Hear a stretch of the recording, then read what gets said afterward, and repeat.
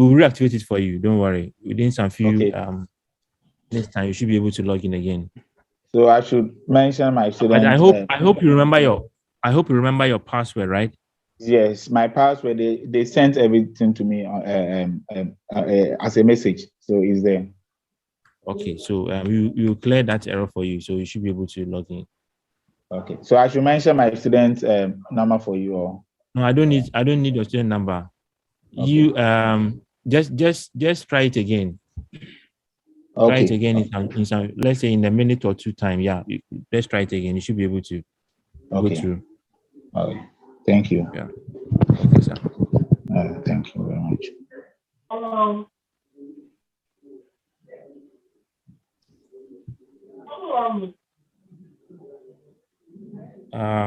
Mr. Francis Kwanzaa. Yes, please. Yes, sir. Yeah, I think it has been sorted out now. I wanted to ask if you are done with the system maintenance and yes, we the freshers can't log in. And he said you've not been updated on the system yet, and I was trying to ask for that. Yes. Okay. For the freshers, you need to pay the fees before. I thought they said when we come to campus, we pay there.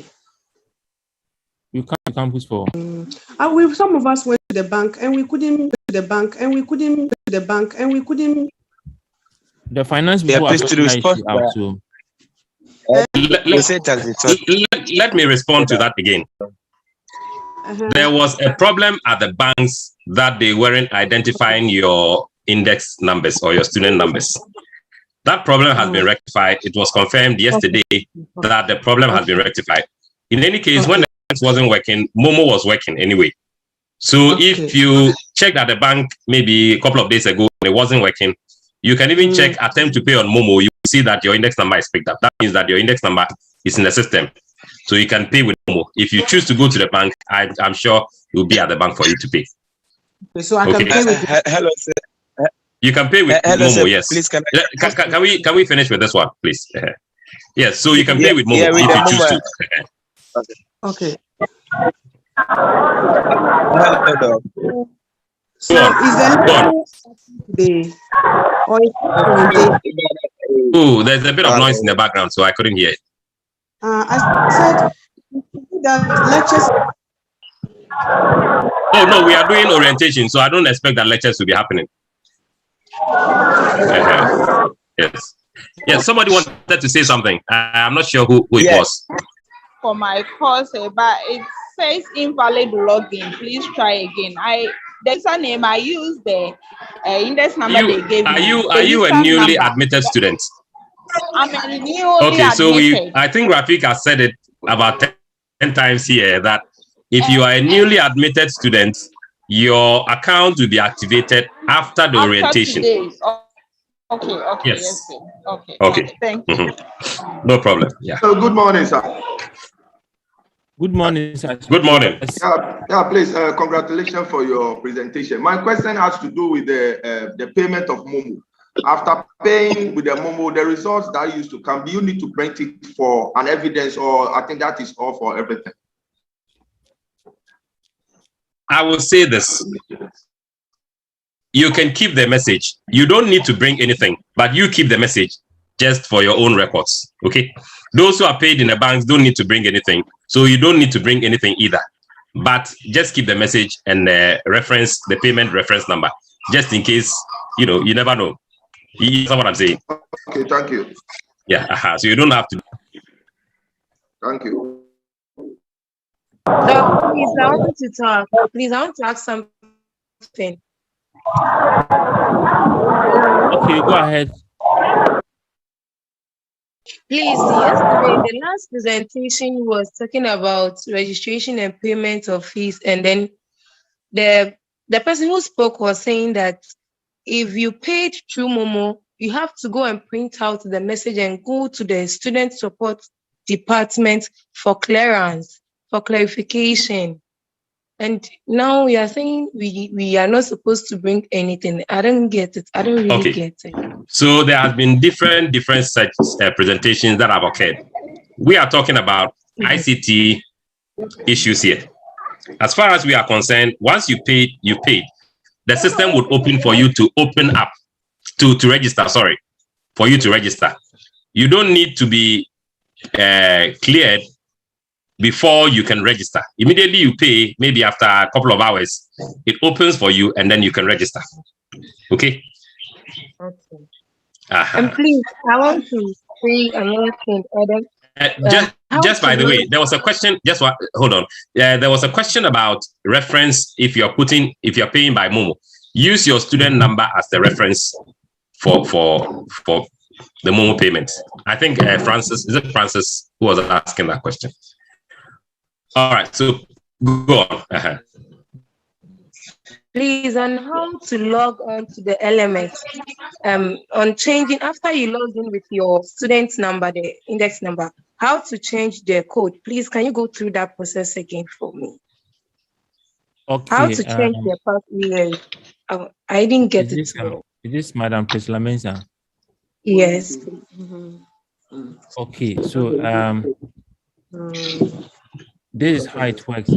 By default, your student number is your username and then a password.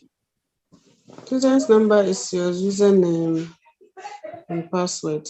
Yes, that is the first time you are coming onto the system. Your student number is your username and then at the same time your password. When the moment you put in the student number here, and then as the username and at the same time the password. At the same time, the system, yes. Okay. The system automatically asks you to change your password. Now the password you are changing it means that you are changing the default password, which used to be your student number, to your own password, which you can easily memorize. Now, there are 3 steps at the changing the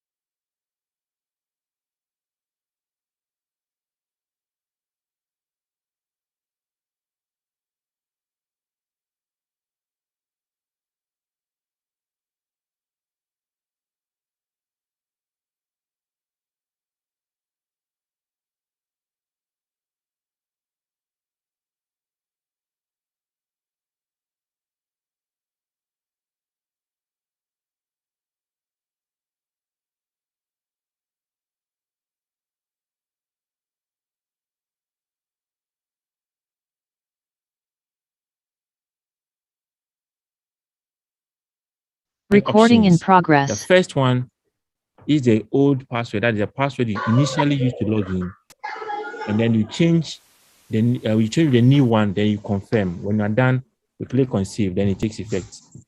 So after you have done the change, it means that your password is no more your student number, but now it becomes your new password that you have chosen. Okay. I hope you understand me. I was asking that whether the lecture will it come in a video form, or it will come this way?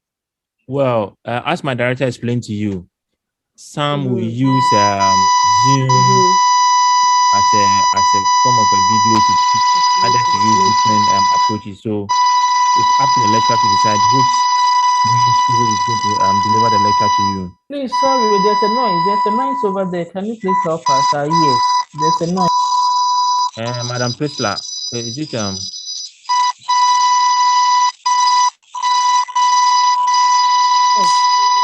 This is too much. Yeah, someone's device is okay. I think it's okay now. Okay. Yeah.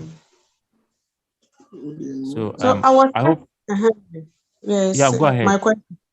I said I was asking whether it will come in this form or in a video form, the lecture. Yeah, and I was saying that initially my director explained to you that it's up to the lecturer. Some of the lecturers are going to go by a Zoom lecture as you are doing now. Others may use different approaches. So it's up to the lecturer to decide how he or she is going to engage you guys online. Okay. Yeah. Thank you. Okay. So is that all for today? Hello? There are more, Hello? so hang around. There are more. Okay, thank you. I will still hang around. Yeah. Hello. Sure. Yes. Yeah. Good morning. Good morning. This Adam. Hello. Okay. Please, can you hear me? Yeah, we can hear you. All right. Please, my question goes with the payment on Momo, through Momo. I would like to know whether we are paying some token aside the fees or is just the fees. The Momo. Yeah, the Momo transaction, just as we used to do it, you pay a token on whatever you are transferring. Yes. Okay. So we pay that token. Mr. Krumwall. Mr. Krumwall. Hello. Okay. Madam, hello. Madam, we can hear you. Go ahead. Yes. Okay. Please, madam, I use the Momo, and 10 CDs is on top of the actual fee. Yeah, you have to pay something. It's not for free. Yeah. So the amount on top of the actual fee. Is it the same percentage as we do when you are doing transfer? Is it the same percentage? That's what I want to know. No. You know, when you are making transfer above 1,000 Ghana cedis, it's just 10 cedis flat. Okay. So that is what is being added to the actual fee. Okay. So when I am transferring, do I have to add something that when you are about to take the money, you take the exact money and paying into the school's account? No, that money will be added to the actual fee. So once, if it is 4465, it will now be 4475. That is what the system will bring. 4465. So it will be. So the system will add a 10 CD, making it 4475 for you to accept. Okay. Yes. Okay. Thanks so much. Thank you, Mr. Kasim. And to add to what my brother has said. Hello. Yes, and to add to what my brother has said, you should have at least 10 CD more than the actual fees in your Momo account. Okay. And then you pay the exact fee in the Momo process. But when everything is being paid, 10 CD will be added to what you've entered. Okay. I believe you get it. So you will not enter the 10 CD in the system. You will enter the same amount, but that 10 CD will be taken out of your Momo. Exactly. That's how it Thank will you. Thank you. You're welcome. Thank you. Okay. Thank you, Mr. Hello.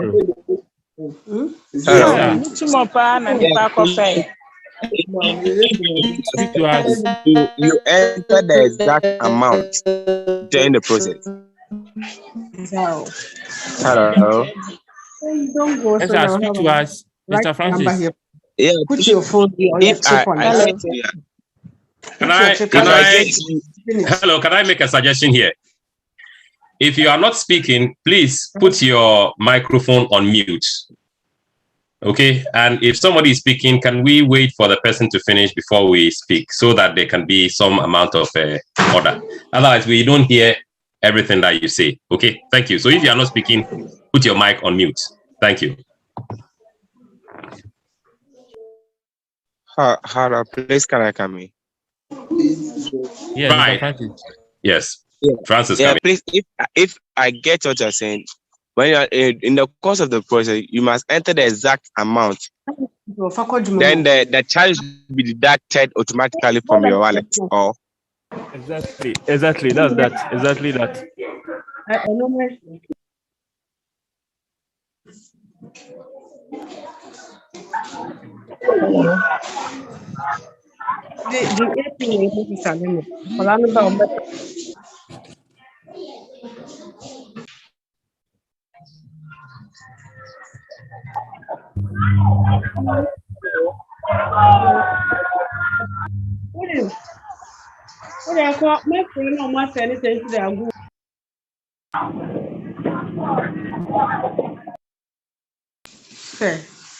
Uncle, kwesi 2 o'clock. Come about 20 cities.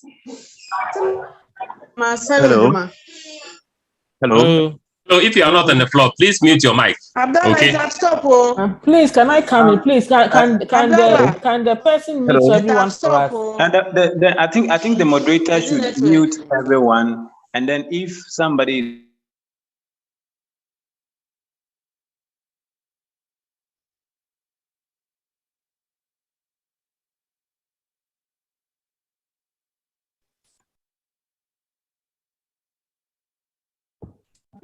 Okay, does Esther want to ask a question?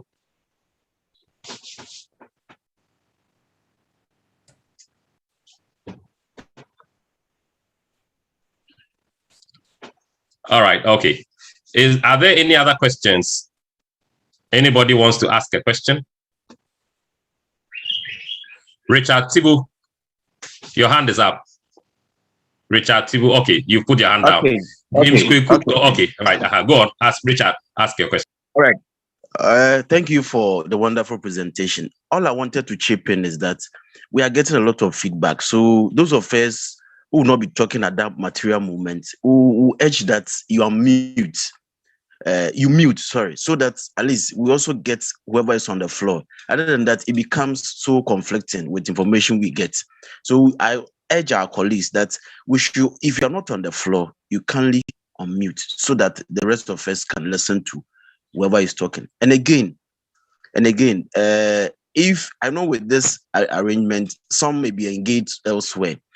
Sometimes you hear the question, when you listen to the question coming in, it looks as if it's been answered over and over and over again, but we still go back to. I will urge all of us that we pay some attention to those things so that it doesn't become as if we are circling around the same point at the same time and we keep stuck at one point. Thank you. Thank you very much, Richard. Thank you. Thank you, Richard. Are you a teacher?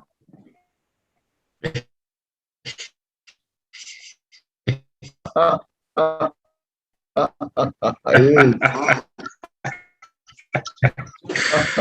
right. Francis Kwanzaa.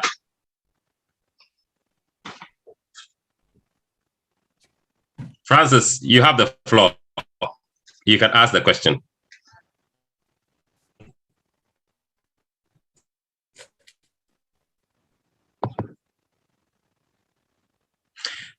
Okay, if Francis is not ready, can we add a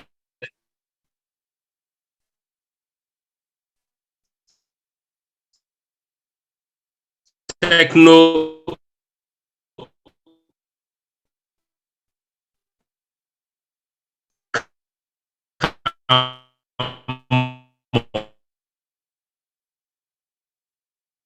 the right enter some numbers, which I don't know, because I use the student username and the pin to log in, but it's not opening. So I don't know whether there is something wrong somewhere. That is what I want to ask. Okay, I think you're doing the wrong thing, because when you were in first year, you didn't log in. I'm quite sure you didn't. So it couldn't have been the same thing you are using now. If you use the LMS that you're trying to log in, then you can't use the same credentials you use for the LMS to log into the student portal. So for the student portal, you use your student number and then your PIN. So those are the two things that you need. If you need assistance, like we said, you can call the helpline and then we can help you with the login. Okay. All right, Francis Kwanzaa, you have the floor.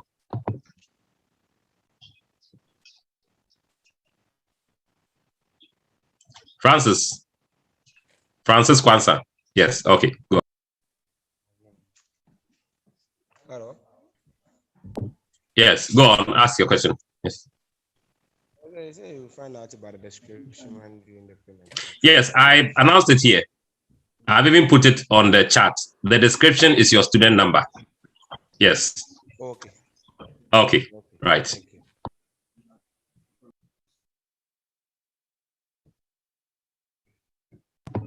Henry Abori. I hope I got your name right. Henry Abori. You have the floor.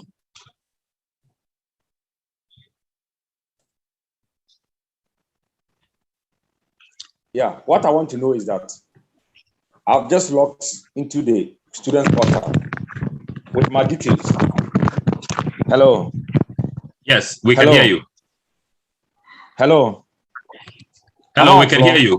Yes, go ahead. Hello. Okay. Yes, go ahead. We can hear you. Yes. I have just logged into the students portal with my details, but the feedback I had is invalid login. Please try again. Okay. So if you type in the wrong details, invalid login. Okay. I'm a fresher anyway. I'm a fresher. Okay, good. The details that you use to log in to do your applications is the same thing you are going to use to log in. So nothing has changed. I shouldn't, but you said the password should be the same as the index number. No, you are talking about the LMS. You remember when I started presenting, I told you there are different things. We have the internet, we have the email, we have the LMS, and then your student portal. So you can use I joined late. All right, okay. So the student portal, the details that you use to apply is the same thing that you are using. Okay. Okay. What about which one that we use the same? Is the learning management system. Okay. You're welcome. Okay. James Kweku Amuzu, you have the floor. James.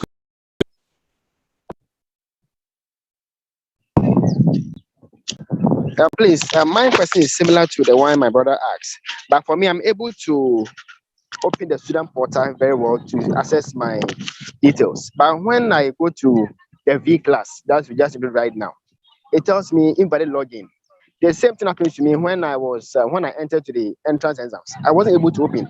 When I try my student number and the ID, they tell me invalid login. But when I go to the student portal, I'm able to open. Okay. So for the 100th time, your account on the LMS has not been activated. It will only be activated after the orientation. I'm not sure about the entrance exam. For the entrance exam, you need to be a mature student that requires to write an entrance exam. It's not everybody who did an entrance exam. For entrance exam, is for those who are above 25 and applying to come and do a degree. So if you were just a regular student or master's student, you don't need to write an entrance exam. Okay? Thank you. Doc, I think those who joined after 10, we've passed on this information many times. So when you can kindly wait for the next session so that you understand what is happening. So that like we are going back and then. So if you came in after 10, kindly hold on for the next session. Then I think you'll be on the same page with us. Thank you. So if there are no more questions, I think our next colleague will come. Mr. Ikan is going to take us through how to edit your profile on the LMS. Thank you. So we need to just log in on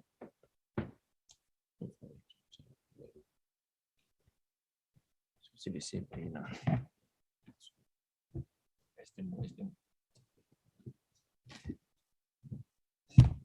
Good morning. Thank you, Sarah. My name is Ekan Yao Amia, and I'll be taking you through how to change your profile on the LMS V class. As Sarah already showed you how to log into the LMS, and I'm sharing my screen. I hope everybody is seeing the screen.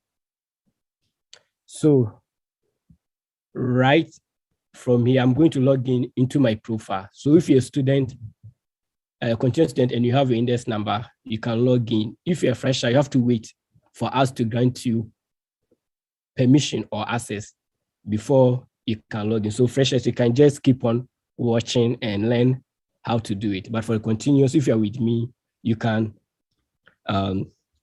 be doing as I'm doing from my screen. So first of all, we input my username, which is S.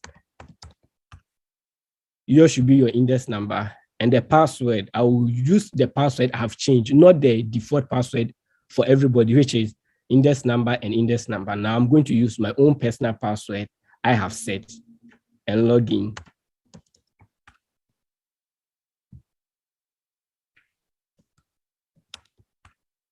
Then after that, I will click on the login.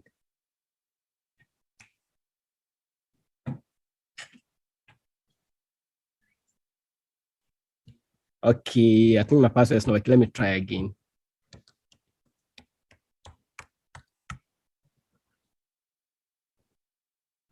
Okay, let me use a different username.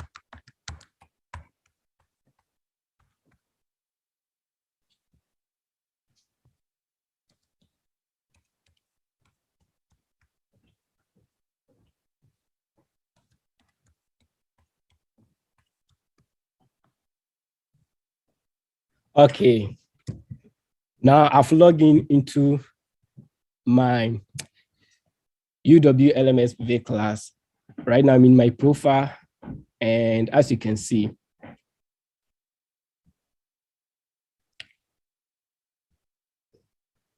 so for my profile, you can see at the top, there's an icon with 2 with a color of red, and you can see my profile name, which is student demo.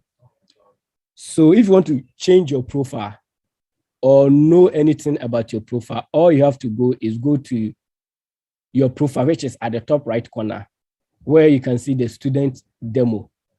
Yours, it will display your full name or the name that you use for your registration or when you're applying for admission.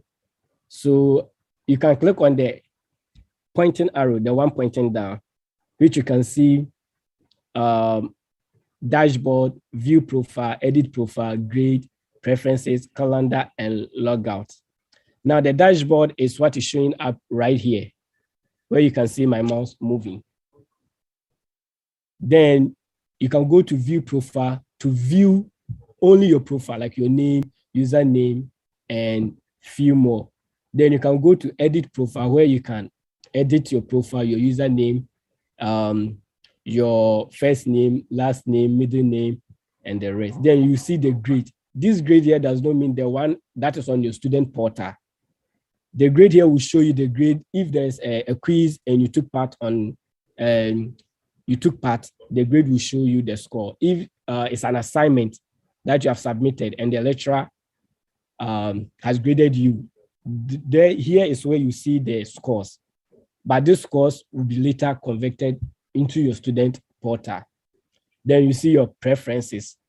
The preferences will talk about how you set up your V-class, that's your own personal V-class profile, how it has been arranged for you.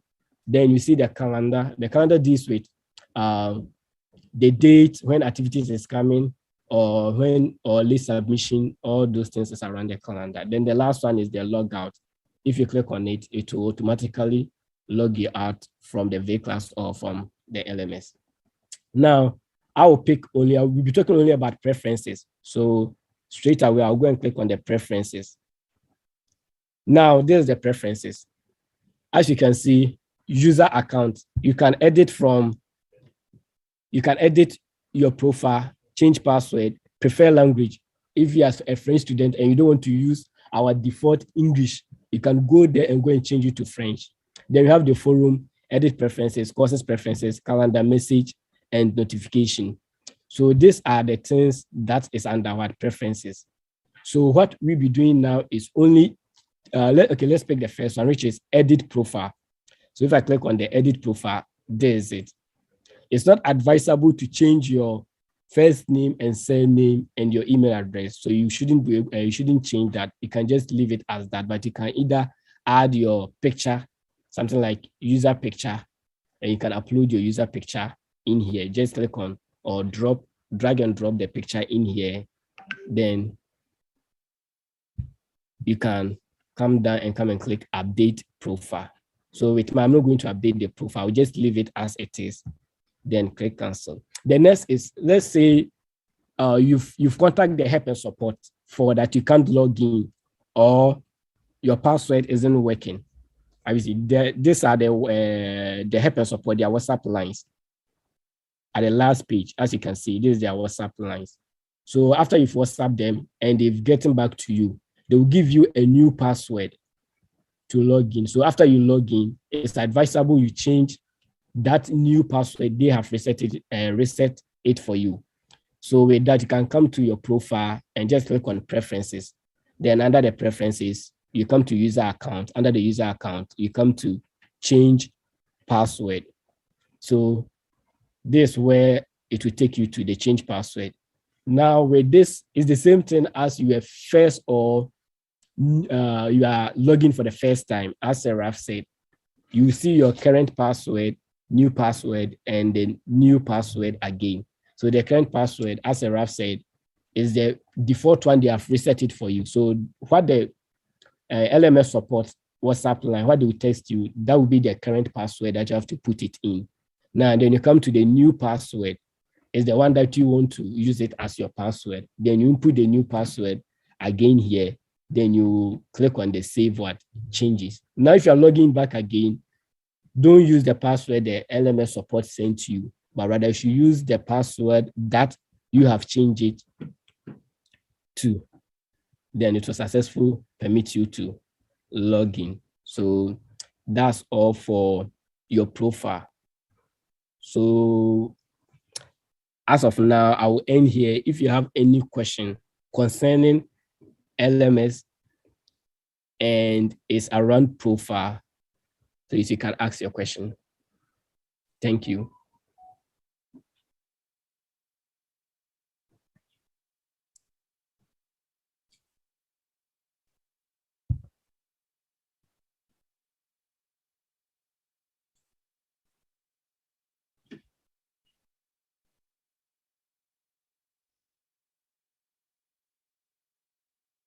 Participant video.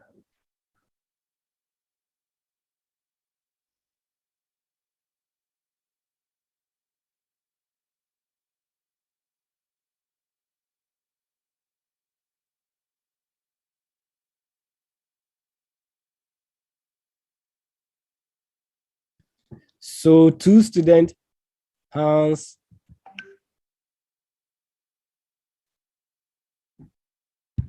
Isifu, please have raised your hand. What's your question?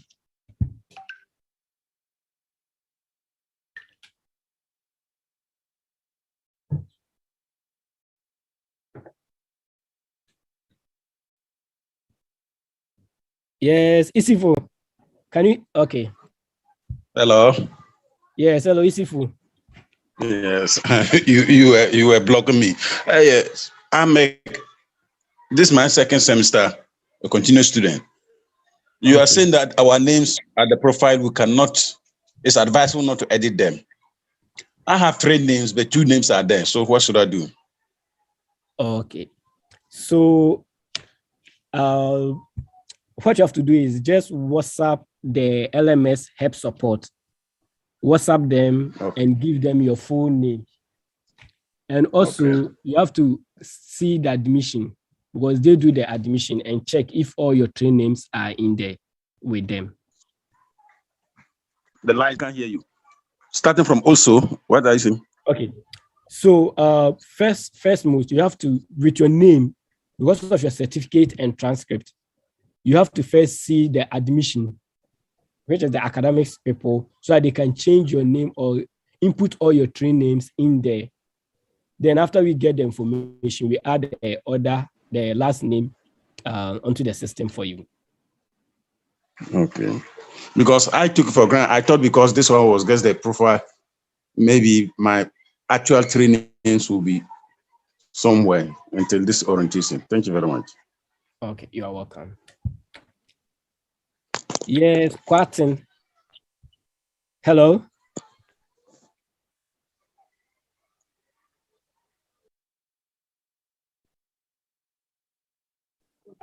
Hello? Yes, hello. Yes. Thank you very much. Please, I am a fresher.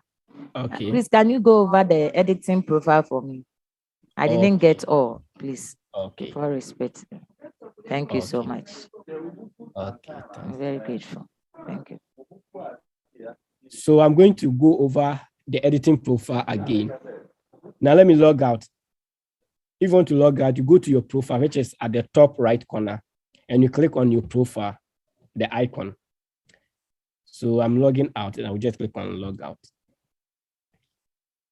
Now there's my screen. Let me log in again. Log in. I'll input my username, which is your student index number. Mine is different. So this is mine, and I'll input in my password.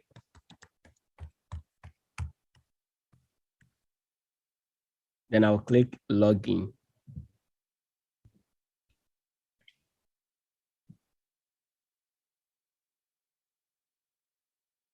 So as soon as you see this dashboard, you are at your dashboard.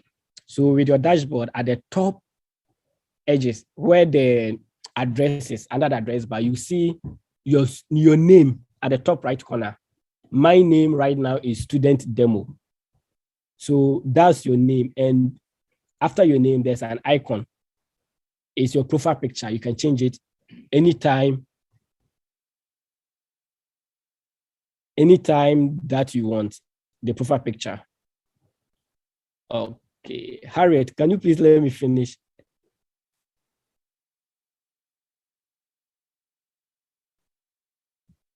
Hello? Okay, let me continue. So from the profile picture, as soon as you click on it, you see dashboard, view profile, edit profile, grades, preferences, calendar, and logout. You have to go to dashboard to give you this screen that you are seeing right now, where you can see your announcement, and that's the dashboard. Then you have view student profile. So let me go to view student profile for you to see what is there. So this is your student profile. You see, this is what it is. You have student demo, your name, and the rest all is here. Then we have edit profile. I see this edit profile. This is how it looks like. Then we have grades. I see right now, I'm just taking one course, which is principal. It's not important now, but if you have any course that you have taken and they've scored, you see your grades here. This grade is not what is, it's what will be converted onto the student portal. So that's all about the grades. After you're taking quizzes, this is where you see some of your scores. Then you have preferences. The preferences will show you all that you can edit within your profile. So under the preferences, for example, if you want to edit your password or change your password, you can just come to change password and change your password. So let's say I want to change my password right now. I will input my current one, which is the one that I know.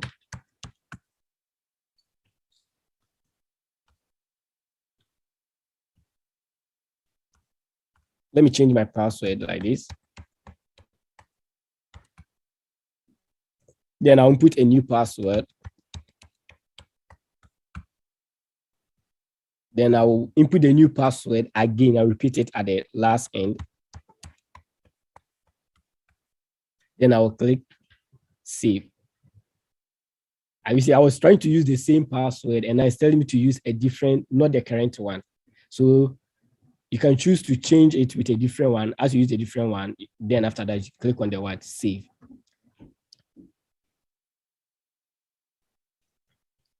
Now, if you want to edit your profile, this is where you edit your profile, but it's advisable not to edit your profile, leave it as intact. But you can check if your names, everything is in there. If all your names are not here, you have to cross-check with the academics and the admission for them to correct your names for you. Then it will be what reflected here for you to see it.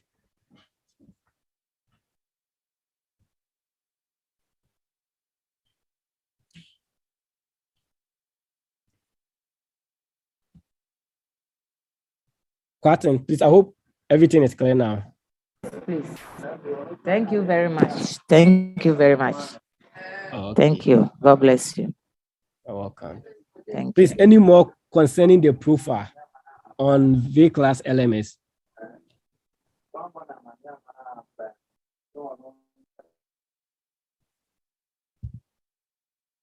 Hello? Any more question concerning the V-Class LMS and the profile? Okay. Then I will leave the next session for Mr. Jonathan Appiah to take you through the navigation and the dashboard and the Hello. Okay, I have okay. Hello, Esther Blessing. Yes, Uncle. Please, talking about the V class, I know the second year people are there already, but you said we should exercise patience. You are going to help us after the end of the orientation. Okay. You can give us a portal to work with. But somebody asked a question and I was confused with the question. The person said when he went to the student portal, his portal, he saw something different there, and he said he should the name that he wanted to change, and said he shouldn't type the name and those things. I wanted to know if I go there, if I have access to that place and I go there, and there's my name spelled is different, and I wanted to work on it. Should I stop it and go to the administration, or I can work on it over there? Please stop it and go to the admission office first. I should go to the administration office first. Yes, please. Thank you. Thank you very much. That's all. Yes, hello. Quatin, your hands is up again.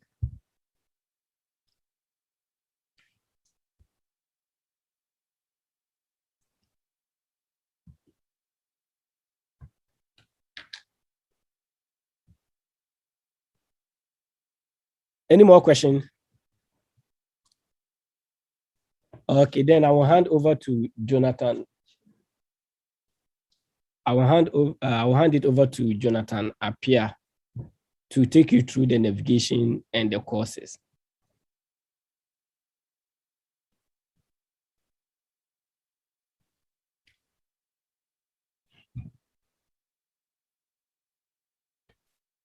Thank you very much, Mr. Ekan Amia. So I hope by now we are done with logging in, changing password and the profile. We are going to dive deeper into the system. So when you log in, you will be able to see an interface. I'm going to show that to you right now. Okay, so when you are able to successfully log in, this is what you're going to see. Over here, as you can see, my mouse move to see home, dashboard, events, my courses, and then UEW class document. I'm going to talk about each of them. The first one is the home. It will take you to the home page of the system. Over there, when you come further down, you see categorization. We are going to look at, so this categories contains courses in the particular faculties and the individual departments. As we go on, we will talk about how to find a particular course and enroll into that course. Now, continuing with the navigation, when you come to this side, you can see my courses. Every course that you've been enrolled into will be shown here. So in my case, I have just one course that I've enrolled in, ECD 234, that is Principles and Rules of Writing Ghanaian, blah, blah. Now let's move up here. You see an icon background. That is for messaging. You can message anyone or any student on the system, including your lecturers. So when you send them a message, they will get the notification up here. When someone also sends you a message, you get a notification. So that is for messaging. Now let's move to the next item, that is dashboard. When you click on the dashboard, you'll be presented with an interface like this, announcement, and announcement. You see recently accessed courses. These two categories. That's the recently accessed courses and the course overview. This is where the courses that you've enrolled in will show, particularly course overview. Every course that you have enrolled in will be shown under course overview. So you can see only one course here. That is what I have enrolled in. Now, if you enroll into a course and you perform an activity in that course will be shown here, recently accessed courses. So the next time when you want to enter that course again, you won't struggle to scroll up and down, but as soon as you come here, it will be presented to you so you can open and do any activity you want to do over there. So from there, we'll move to the right side. We'll scroll down, we have timeline. Timeline contains activities and their deadlines. If you're supposed to submit an assignment latest by tomorrow morning, it will show the date and time over there. We will enroll into a course and all these details will be shown for us to see how it looks like. So as we go on, we will look at how to enroll into a course. And then coming down here, we have private files. Over here, you can upload your private files like your assignments or in some research you've done. You can keep them there. When you keep them there, no one will see it. It's only visible to you. And then we have the online users. Every user who is on the system will be shown here. Right now, we have 81 users on the system. So that is it for you. And from here too, you can message any of the users. If you know them, you can message them and chat with them. Then we have calendar over here too. So any time you have an activity, that activity will show on the calendar. Now let's go back up to the event. The event contains any activities and their deadlines. So as I said, when we do one enrollment, you see that all the details of those events will show. So we'll skip events for now and move to my courses. As I said earlier, I've enrolled into only one course, and that is what you see here, ECD234. That is the only course I have enrolled in. If you enroll in 7 courses, you see all the 7 courses when you put your mouse cursor on this, my courses.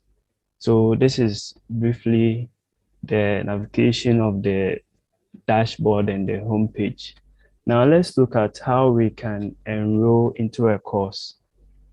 So for the purpose of this orientation, there's a course that I'm going to use. The course code is Demo 111. The course code is Demo 111. That is what I'm going to enroll in. So before you can enroll into any course, the easiest way is to search for the course and then enroll. Searching with the course code is the easiest because it will give you a particular result that is for what you searched. So I'm going to use this course code, Demo 111.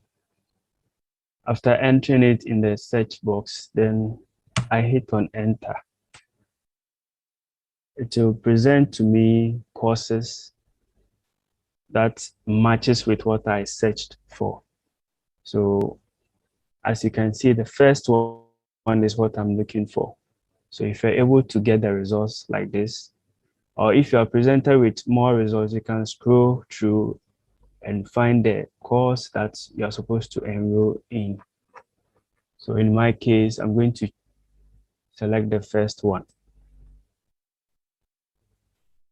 Now, when it's your first time or you want to enroll into a course, some lecturers have placed keys, we call it enrollment key, on their courses. So if you find out that a course that you want to enroll into is having an enrollment key, you will have to contact the lecturer. Most of the time, they give it out to you. But if you don't have it, enrollment key. So if you get the enrollment key, all you do is to enter the key here, and then you click on Enroll Me. Then you'll be enrolled into the course. So I'm going to enter my enrollment key and then click on Enroll Me.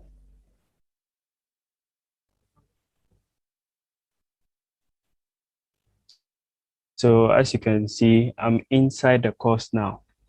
You can see here, this is the course code and the title. It will show over here. Now, this is the content of the course. So when you're able to make enrollment, these are the type of things you see. You're going to see some pictures and over there. Sometimes you get a video that you can click on to play and listen to whatever. And then if there's any assignment, you could see the assignment and the date that that assignment will be due on his or her course. Okay, so this is how to enroll into a course by searching for the course code. Now, the next or the alternative we can use in enrolling us is by going into the category of faculty, department, and the courses. So let's assume you don't know any of your courses. You're a fresher and you don't know any of your courses. You can come back to Home. You click on Home,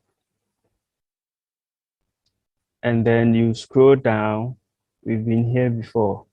Under Sandwich, you go to Winneba. If you're in the Jumako, you can expand the Jumako, but I'm going to use Winneba. When you expand it, you see list of faculties. You will choose the faculty that you belong. So I'm going to choose Faculty of Science. And then under the faculty, you have departments. So for example, Department of Science Education. I will expand that one. Then you see Med Science Education. That is the program that you are reading. You expand that one too. And then you choose the session, either session 1 or session 2. So I'm going to go with session 1. Then under session 1, you could see all the courses listed there, the course code and the course. So if you don't know your course code by offhead, you could maybe identify them with their course title when you come in here. When you see courses here, that doesn't mean you have to enroll into all of them. Some of them you are not supposed to enroll into. So when you find out the courses you have to read for a particular session, then you can navigate over here and then you can click on any of them and you do the enrollment. So if you see something like this, you cannot enroll yourself in this course. It means you have to contact your lecturer so that your lecturer can give you the enrollment key, or your lecturer can allow you to enroll into the course. So this is briefly the navigation and how to search for courses on UEW LMS, specifically V-Class. If there are any questions, please do well to ask and I'll answer them for you. Okay, I could see that Madam Henrietta has raised her hand.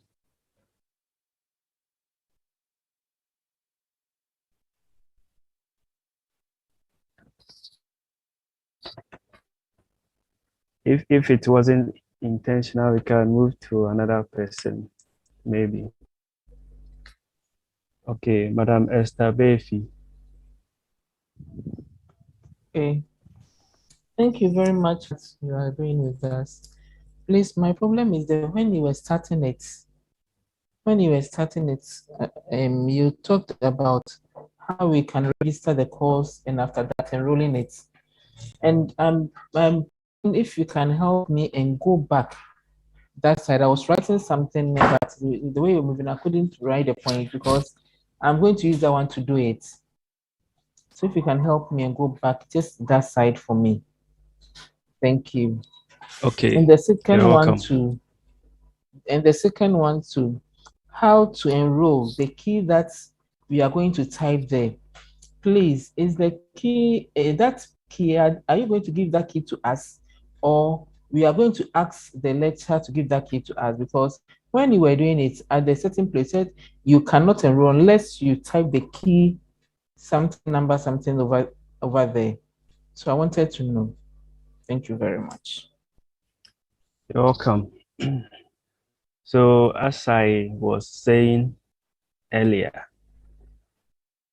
on V-Class, we do enrollment.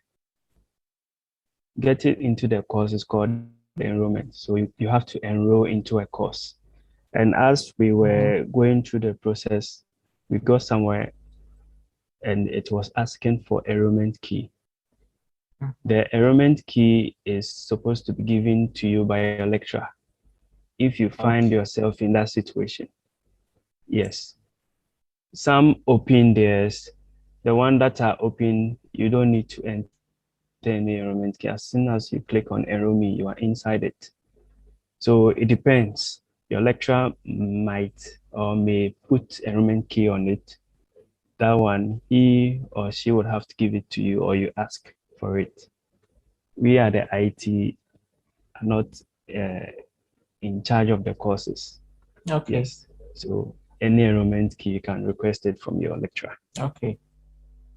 And the first question, please. The first question about the enrollment. The starting point. When you were starting it, I was putting some things down, but I couldn't do it. Okay. The dashboard. Okay. When you go to the dashboard, okay, when you were dashboard. starting it at all, after the first step that you started. Okay. So when I started, I was talking about home, and I said we could see the courses under the campus and the faculty and department. So in your case, you're a sandwich student. Maybe in Winneba, we expand Winneba.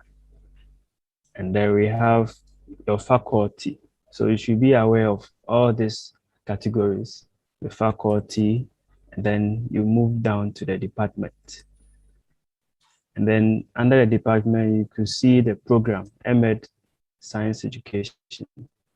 Then the section or the session. When you click on it, you see all the courses for that particular session. You see all the courses. There are some that are current, you are doing them, and there are some that you're not supposed to do. So you have to be informed about the courses that you'll be reading in that particular session. So if you are okay with that, then you can enroll into those courses that you're supposed to read. And then on the dashboard,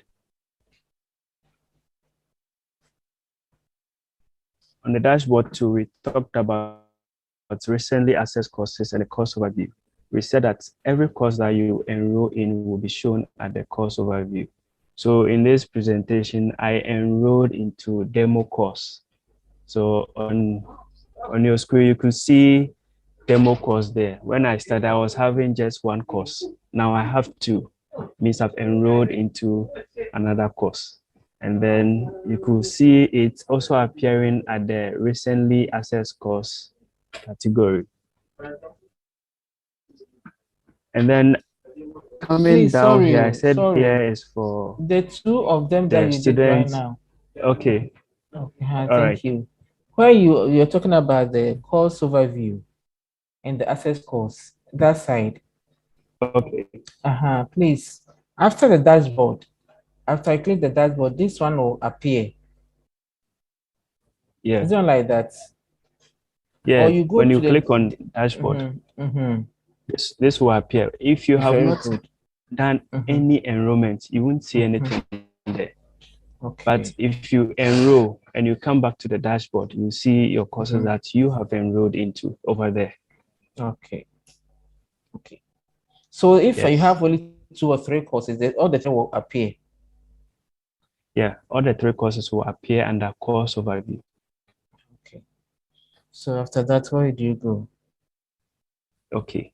So when you are done with the enrollment, you can click on the course. That is, if you have a lecture or you need to read something there, you click on it to open it. Then you could be able to see the activities, ones that you can download. This one, for instance, you can download this. This is a PDF you can download. Okay. And then there are videos too. You can play and then watch them.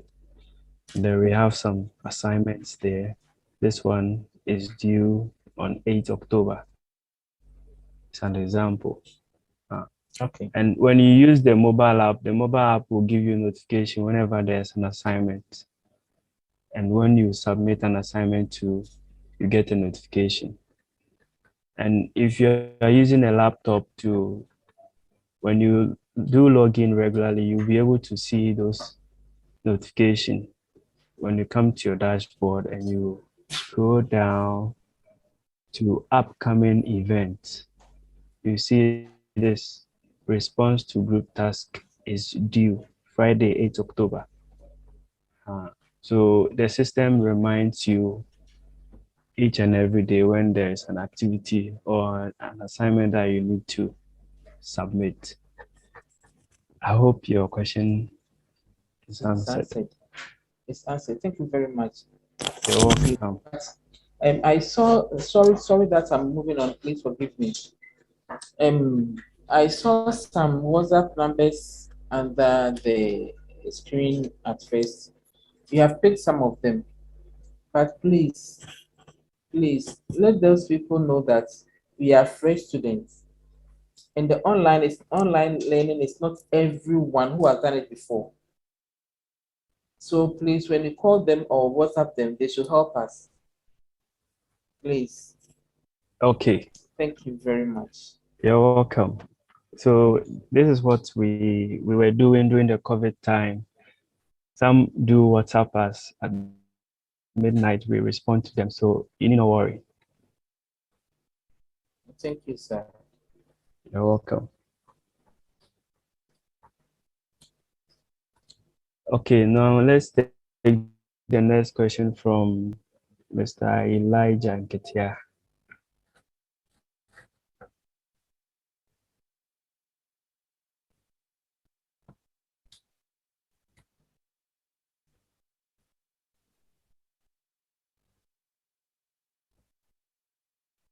Okay, seems Mr. Elijah is not ready. Mr. Isifo. Hello. Okay. This is Elijah, please. Okay. Good morning. Good morning, Elijah. Please, you said we can perform some activities in our courses on the LMS, and those activities will be displayed. Yes. Please, what are some of the activities that we can personally do over there that will be displayed or will be displayed on the LMS? Okay, thank you. Oh, welcome. If your lecturer plays an activity, that activity, some could be a forum.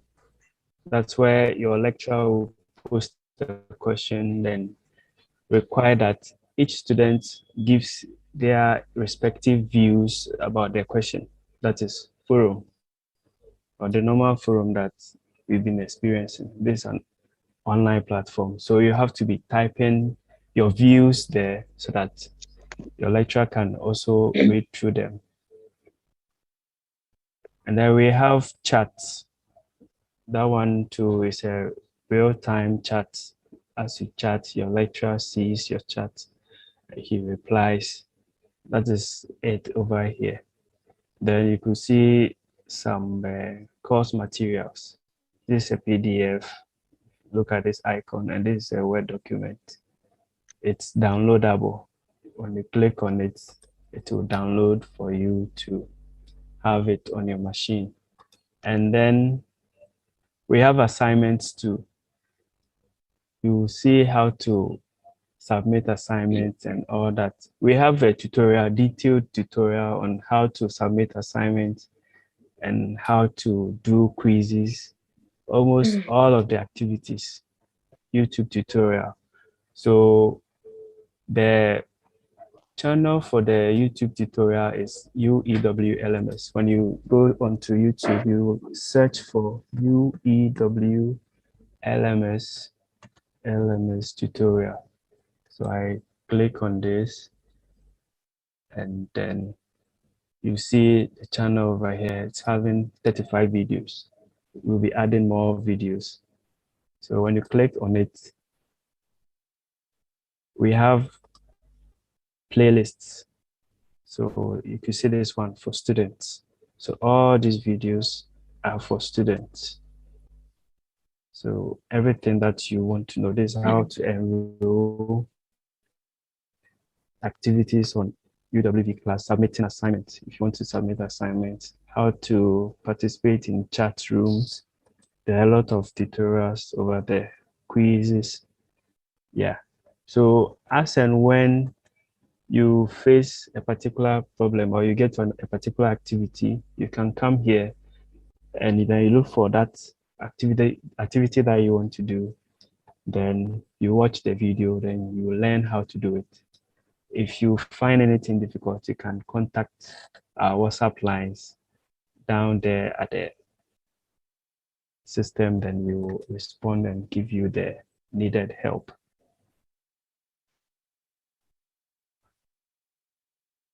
Okay. We will take the next question from the Hills Pep. I don't know whether that's the correct pronunciation. Hello. Yeah, hello. You can ask your question. Okay. Good morning. I just joined the orientation, and I when I checked, I realized it's the second day for the orientation. So pardon me, I wanted to ask how long the online class is going to take before the face-to-face class starts. I'm a fresher. How long, as in days? Because I was told there's going to be an online class for some time before face-to-face class begins. So I wanted to be sure about it. Okay, yeah, it's true. There will be online, then later on you have to come on campus for the face-to-face session. Okay, so please, when exactly is the online starting? I'm a certificate student, so. Okay, as we are speaking now, this is part of the class orientation. Okay. We are doing it online. Okay. So we've just started. So as we go on, you get the news on the university's website or from your lecturers when the face-to-face session will also begin. All right. Thank you. Thank you very much. You're welcome. Then we will take another question from Francis Kwanzaa.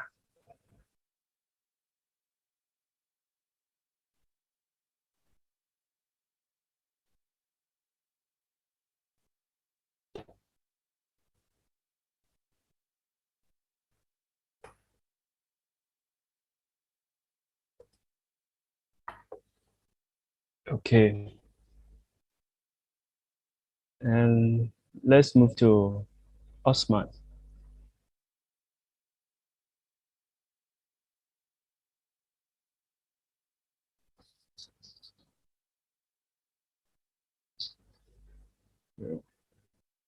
Okay, let's take the next question from Gifty. Madam Gifty, you can ask your question.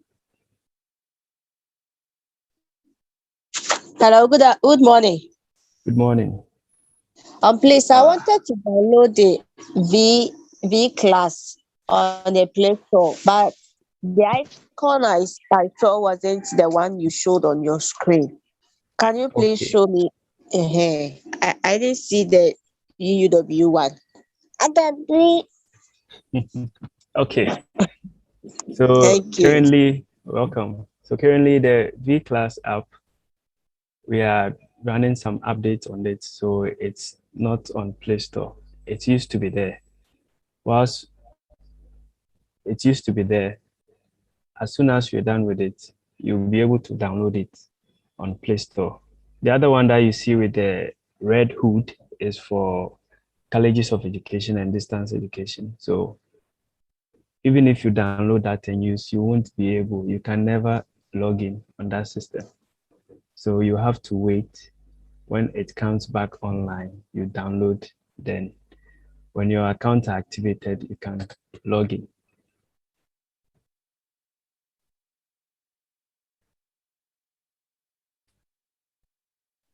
Okay, we will take the next question from Mr. Kasim Meru. Hello.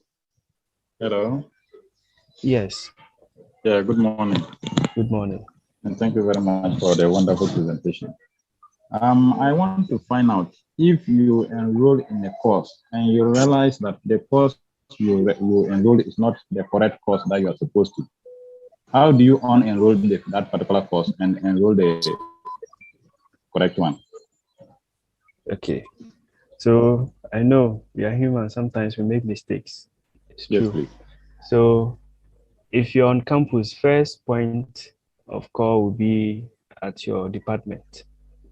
You visit your department secretariat and tell them about it. They can unenroll you, or you can contact your lecturer. Your lecturer too can, or the lecturer for that course. Sometimes, or in this case, maybe you don't even know the lecturer for that course. So it's appropriate to visit your department secretariat so that they unenroll you from that course. Okay, but if you realize or if you get to know the correct course, can you enroll that one and taking that course while you go to your department to unenroll the wrong one? Yes. Yes. Okay. Okay, thank you very much. You're welcome. Okay, we'll take another question from Mr. Divine.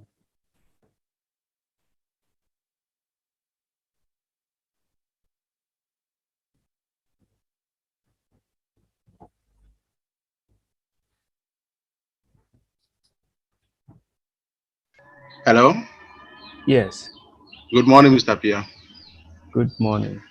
Yeah, what I want to find out is that how do I get to this page itself? Is it by going to the university page? Then this will come before I start navigating from home, dashboard, and so on. Okay. Mr. Divine, I'm sure you joined us when the car was moving. But I joined before we started your presentation. Okay. But the earlier ones, I didn't join early. Yes. Yeah, that's why I said I'm sure you joined when the car was moving. So the previous ones went through the login. Okay. Yes. So as we have passed that one, I don't know whether you saw the YouTube channel.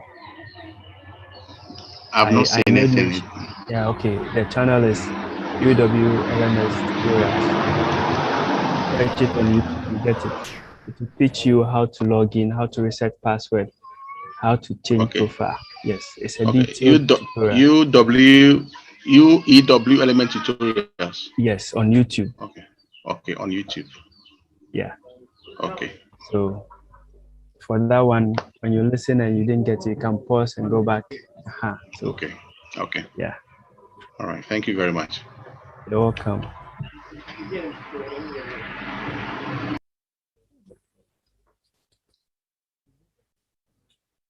I don't know if Madam Pep has another question.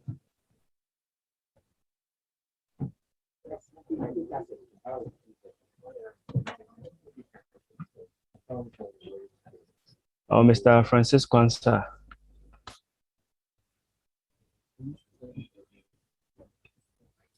Hello. Okay. Hello.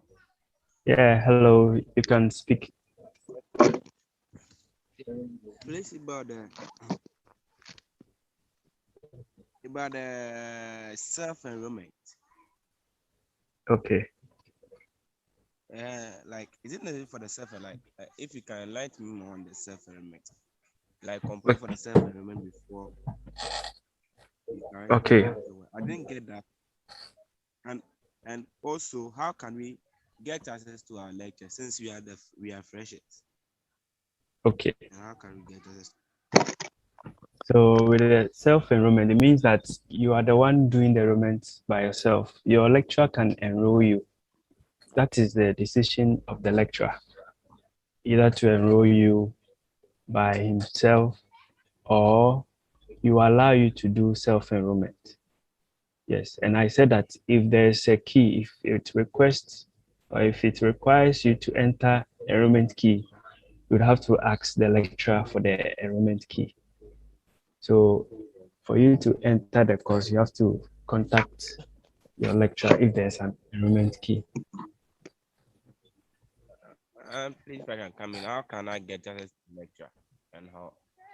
How can you Get access to the lecturer, the said lecturer? Okay. So I'm sure you will by now have access or you have contact of your department. Or you should have yes, if you are able to communicate with your department.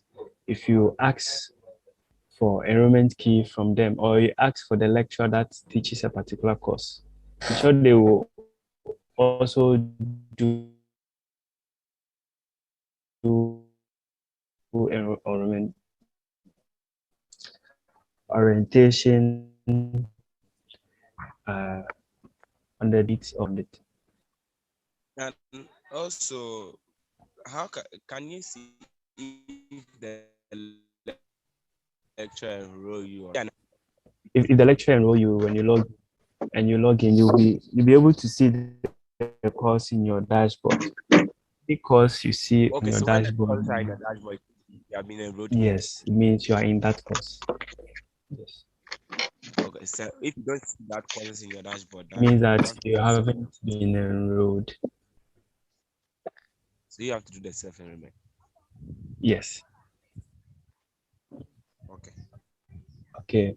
We will take another one from Mr. Eric Amenido.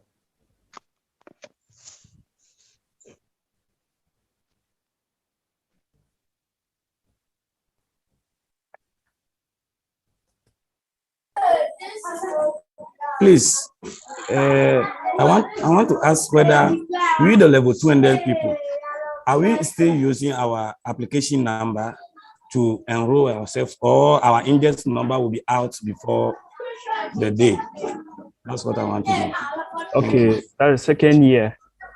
Yeah, second year. Okay. Are you able to log in currently? Yeah, currently, no, not currently, but last year, we log in with application number. Okay, do you remember your password? Please, yes, I have it. Okay, so it means if you use it, it's going to work. So it means if you use it, it's going to work. Okay. Thank you. You're welcome.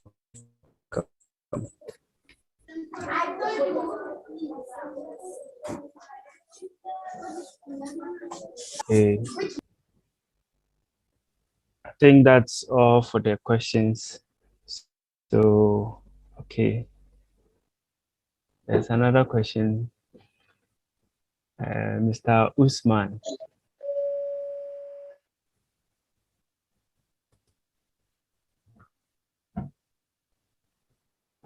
Hello? Yeah, hello. Yes, thanks a lot. I'm Welcome. also in second year. Okay. And we've just been given new index numbers. So I want to find out how we can use it to access our students portal. Okay, currently you still use your applicant ID. As and when we update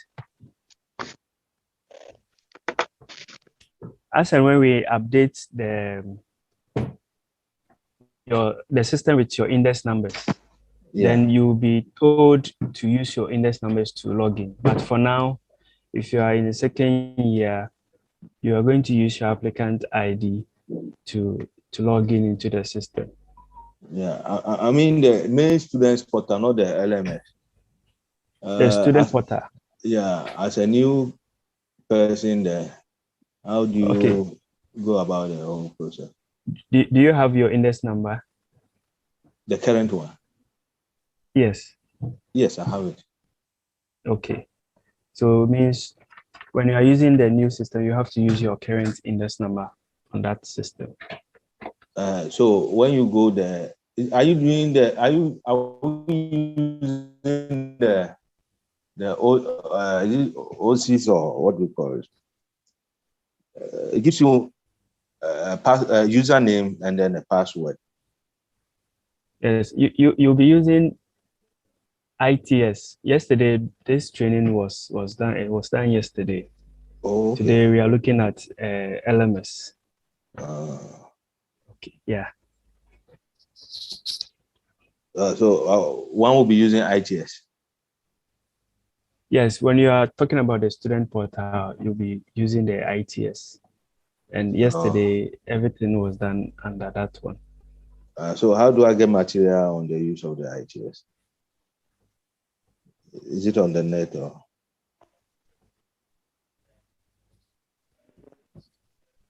Hello? Hello? Yes. How do I get material on the use of the ITS? Is it on the net? Okay, with the ITS, you have to go onto the university's website. There are some menus there. You see ITS student portal. When you click on it, it will take you to the login page. You have to enter your index number and PIN. Your department will give you the details that you are supposed to use in logging in. So if anything, you can contact your department. Okay. Thank you very much. You're welcome.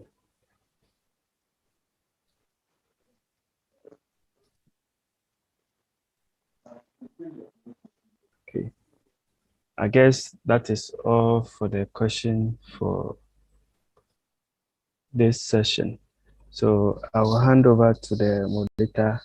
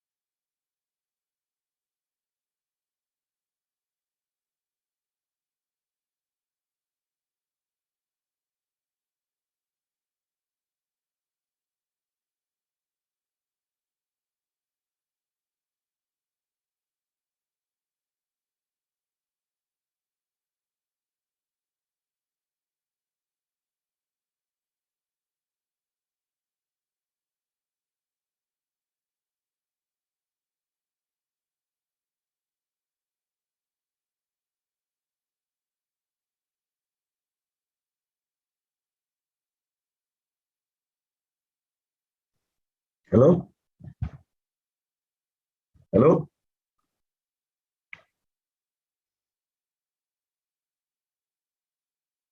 Hello?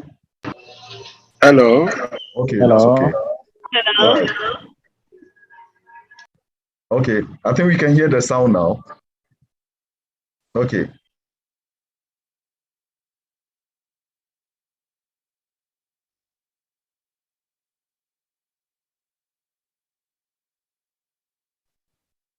Hello, Rafik. Rafik. Hello, Rafik. Rafik. Rafik. Yes, sir. Can you hear me? Okay, the sound is gone for some time now. I think. The sound. Yeah, we can't hear anything. But Really? now I can hear you. Yes. Okay. So I don't know.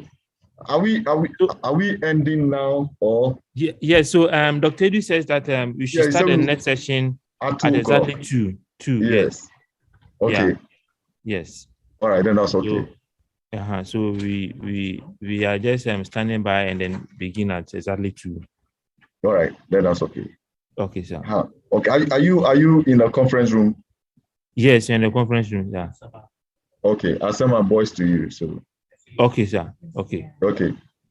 So what? So we can go ahead and announce to.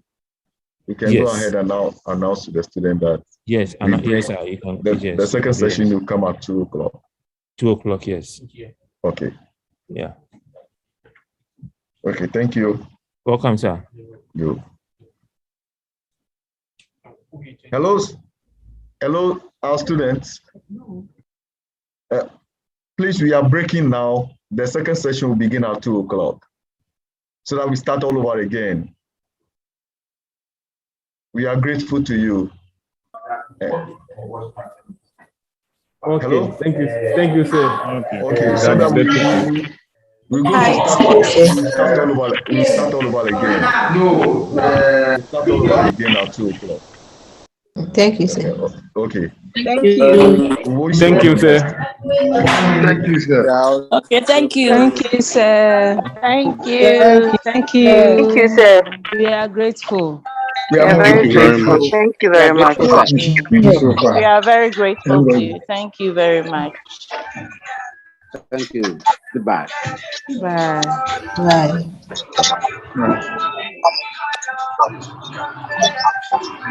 Thank you, sir.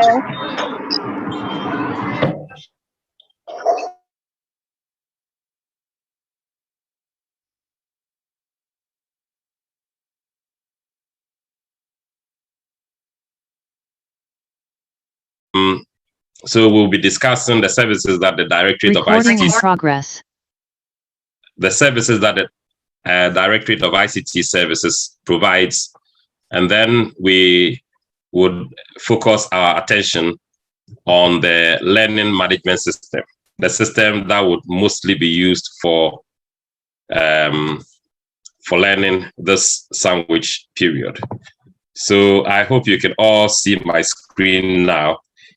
I'm going to give a brief presentation, and my colleagues from the Directorate would also continue with various segments of the presentation for this afternoon. Okay. Right. Okay. So just a minute. Okay. Right. Okay. So like I said, we'll be looking at services provided by the ICT Directorate. I'll mention a few of the services and show you how to access it. And we'll look at your responsibilities and acceptable use of those services. And then I'll briefly discuss help and support issues for these services.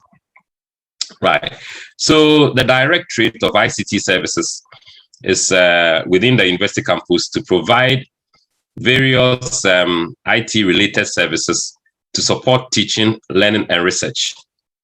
Now, these include things like the internet access, email, learning management system, student records, and several other backroom services that might not at this stage be of use to this gathering.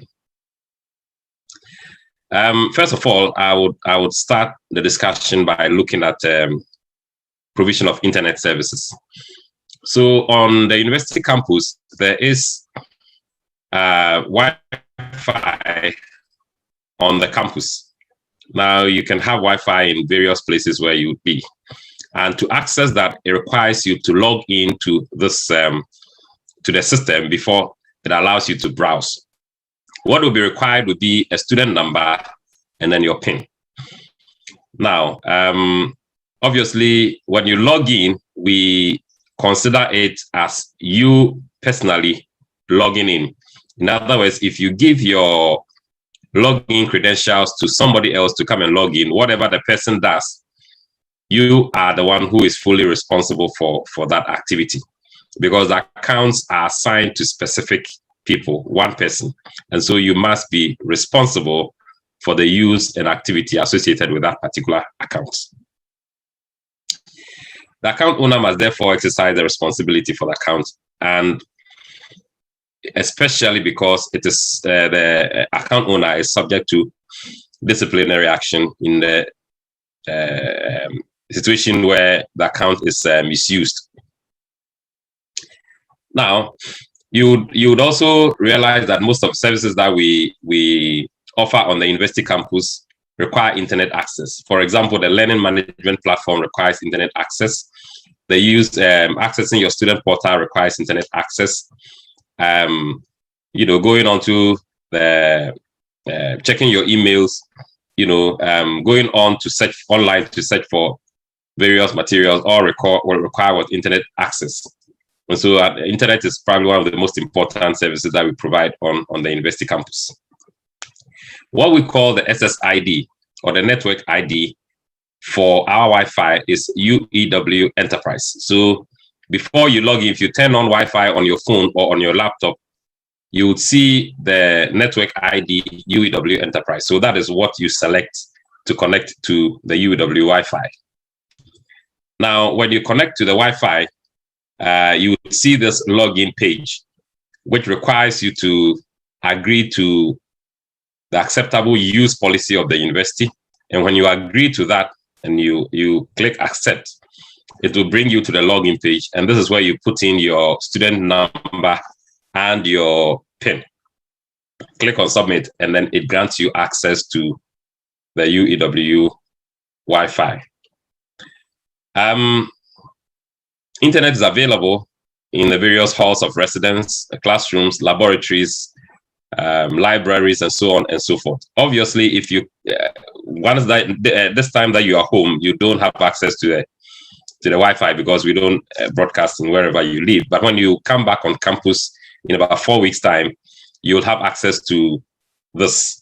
If you're living on campus, you will have access to the Wi-Fi in your halls. If you live in private residence, then you wouldn't have access to the Wi-Fi in those residences unless if you come onto the university campus. One of the things that I'd want to advise is that if you're using the UEW Wi-Fi, you have to use it responsibly. The reason is that a number of people tend to want to use the Wi-Fi for various things like movie downloads or watching movie online and so on and so forth. Now, these things are resource-heavy activities that have a detrimental effect on other users who potentially want to use the internet access for official office work or study or teaching. And so we want to advise that you be cautious how you use the internet when you come on campus so that you don't have a detrimental effect on other users. Basically, we encourage you to use it to support, the goals of the university. That is to, train, excellent teachers. And we do monitor our networks to ensure that they are used appropriately. Okay, so you may be subject to limitations on the use. For example, if you keep misusing it, we could end up blocking your accounts, for example. So we'd want to advise you in that regard. it is not acceptable for you to distribute any kinds of information. And we, the university, we reserve the right to determine what type of information is suitable to be broadcast on our networks. For example, if you use the network for illegal activity, and it's not unusual to find young people using it for all kinds of fraudulent activity. And for example, if we think the police need to have access to your browsing records for purposes of prosecuting a crime, we are going to provide those records to the police. And the university might also need to deal with you. So we would want to encourage you to use the university's internet and networks for appropriate and legal uses. We do monitor our traffic for volume and the sites that are visited, but we are not interested in any messages that you send. We are rather looking at where you're going and how much data you are taking from the network. So those are the things that we look at. So your privacy in the use of our networks is quite rest assured. We are not going to be looking at your messages. However, we want to keep an eye to avoid misuse. There are two other services that I'll be mentioning briefly this morning. The first is the student email, and the second is the UEW LMS. All access to these services can be found on the homepage of our website, and you can access our website on UEW.edu.gh. I'm assuming that if you applied to come to the university, then you would have gone to the website in the first place. Just by the way, if you have any questions, you are free to type the questions in the chat feature during the presentation, and I can respond to them appropriately. At the end of the presentation, we'll also give you the opportunity to ask questions. And so if you have any questions, you can note it down, you can type it in immediately, and we will respond to that appropriately. So as I was saying, the links to all our services on the website, the UEW LMS and the student email, is all accessible via the homepage of the UEW website. Now, every student has an email address provided for by the university. So this is an email that we can use as a university to communicate with the student, and the student can also use to communicate with the university or any other person that they choose to communicate with. So you can go into your email like you do with any other email and send messages via this method. The syntax for your email addresses are your student number, which you already know. If you've applied to come to the university, it means you already have a student number. So your student number at st.uew.edu.gh. Now, for example, if your student number is 2023123455, then your email address would be 2023123455 at st.uew.edu.gh. So that is the syntax. So I think currently every student knows what his email address is. Currently, the emails have not been activated. All these services, apart from your student portal, which you already had access while you are applying, is not available currently. We will make it available by tomorrow, close of business tomorrow. And so if you went in to log into your email as we are speaking now, you cannot have access because we need to do this orientation before we grant you access to all these services. Okay. But that is your email, and you can note it down when the need arises. Our email service is powered by Google. And for that matter, you would use the same Gmail login page to log into your email. So you go to Google. If you've logged in, you would add another account. If you haven't logged in, you click on sign in, and then you follow the various prompts, which will normally require you to type in your full email address. So whatever, 2023-12345 at st.uew.edu.gh. You click on next. It will require you to enter your PIN, And after you've done so, you then have to accept various conditions, and then you are within your email. Hopefully that should be available to you by close of business tomorrow. The next other thing I want to mention is the learning management system, which can also be accessed at vclass.uew.edu.gh. In any case, if you go to the UEW website, like I mentioned earlier, you can click on the UEW LMS access link, and then you can access the learning management site. When you click on UEW LMS, there are two sites. There's a page that opens, and there are two links on the page. One is for regular and sandwich. The other is for colleges of education and distance. Since you are sandwich, you would use the first link, which is what? Regular / sandwich. So you click on that, it takes you to the login page, and then you log in. With the LMS, again, it will be available latest by tomorrow. And you would use, for those who haven't logged in before, if you are already a continuing student, i.e. in second year, you would have used the learning management platform last year. So the same credentials you used to log in last year are the same one you use this year. If you are a newly admitted student, which this orientation is for, the orientation is for newly admitted students, your account will be activated tomorrow. And you would use your index number or your student number, which was provided for you when you were applying, as your username and then as your password. The detailed explanation on how to log into the learning management platform would be given right after my presentation. So they will take you through a step-by-step approach to log into the learning management site. So you would be taken through that one. Okay. Now, what is a learning management software? Learning management software is basically a software application that is used to administer. It is used to document, it's used to track, it's used to report and automate the delivery of educational courses and training programs. In other words, we administer, put you into groups, put you in the various courses, and whatever activity you perform on the system, it is documented. If you do a quiz, it's documented. Your scores will be documented there. If you did a quiz in a face-to-face mode, not on the system, it will not be documented on the system. Please note that. What we document on the system are quizzes that you do on the learning management platform. It will also track your progress, and reports can be made from whatever you've done. Various teaching and learning activities are also automated in the sense that we can put videos, or we can even put lessons which might be going through a series of activities on there.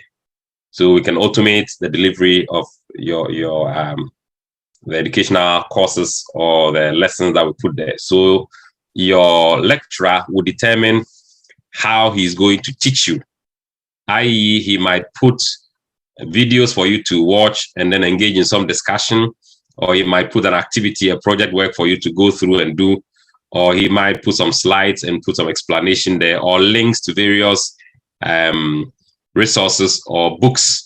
For example, recommended reading materials are also loaded there, so you can access all your materials and so on and so forth. Attendance can be taken there. So I'm sure your lecturers will be taking attendance as you go for classes. There is no single prescribed way for lecturers to train you there. Basically, each lecturer will determine his or her teaching methodology. But whichever the case, various materials, various activities will be put on the learning management platform for you to access. Now, I'll just quickly go through things that we don't encourage you to do, and especially on the learning management platform too. If there are discussions that are put there, we expect that you don't upload obscene or hateful or objectionable materials either on the learning management platform or even using UEW's internet access to post online on other platforms, Facebook and so on and so forth. Indecent remarks, proposals, materials, sexist jokes, and defamatory comments are not allowed Uploading, downloading, otherwise transmitting commercially protected materials are also not allowed using our networks and on our learning management platforms. Downloading software or electronic files without implementing virus protection mechanisms. So basically using a network and putting other people at risk is also not acceptable. So those are at some point, they will take you through changing passwords. I just want to make a couple of notes about it. You should make it a point to choose good passwords, because we will just give you a default one, which you can change to one that you approve of. So basically, you choose a good password that might be made up of upper, lower cases, some symbols, and so on and so forth, numbers, and so on and so forth. You have to ensure that the computers that you use are updated and up to speed, and even your smartphones that you use, because there are chances that your computers could be infected by viruses, and when they are infected by viruses, they will tend to infect other people on the network. So your computer shouldn't become the weakest link in our network. Obviously, even if you have the best security mechanisms, it is not 100%. So we also encourage you to back up information. When you do an assignment, keep a copy, so that if you are unable to upload or you lose the assignment at the last minute, you can find a copy that you have and upload it appropriately, so you don't lose the marks that you're supposed to get. So those are some of the things that I would want to encourage you to do. We have a help desk for IT-related support. There are various desks. The finance people would have their desk. Academic affairs would have their desk. Your department would have a desk. Obviously, if you have any problem, the first place you go to is your department, because they can reset passwords there. They can help you to register. They can do all those types of things. We are a centralized point, and we normally prefer to reserve our support to a bit more challenging IT-related support that is beyond what the departments can provide. So if it's just things like resetting your pins or resetting your LMS passwords, or just pointing you in the right direction to register, then we recommend that you go to your department or you call your department for such help. They can enroll you into courses, that can unenroll you from courses. Even lecturers are able to do that. So when it's basic things that you need, the first point of call should be your department. If it is beyond your department, then the IT help desk is very ready to do that. Even in some cases, when you report the issue to your department and they are unable to help, they themselves will refer you to the IT directory for us to support you. So if you want to contact the IT help desk for support, this is the number that you call, 050-143-4044. That is the help desk number. So you can note it down somewhere. In fact, this is also on the LMS anyway. So if you don't note it down, it's not the only time you can find it. You can always find it at the appropriate time. There are a couple of questions that have been posted here. I'm just going to quickly respond to some of them.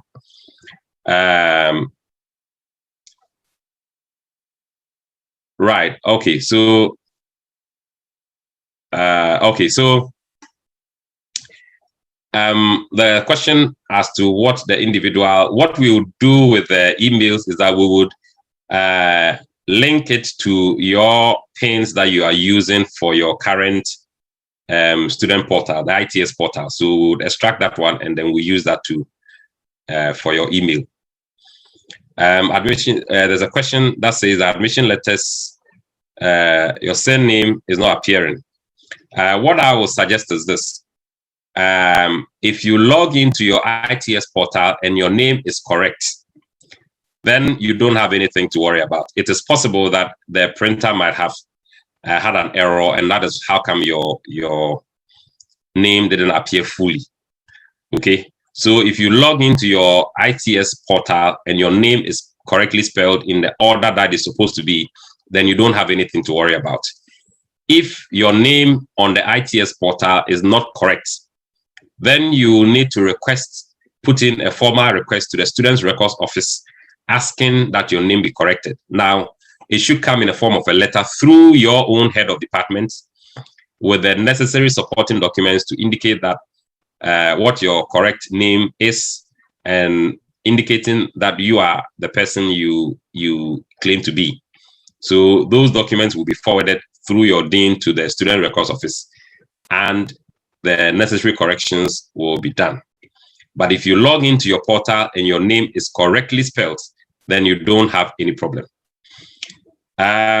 Somebody saying that he wants to know when the admission, okay, if you log into your ITS portal and it says you are admitted, then your admission letter is ready.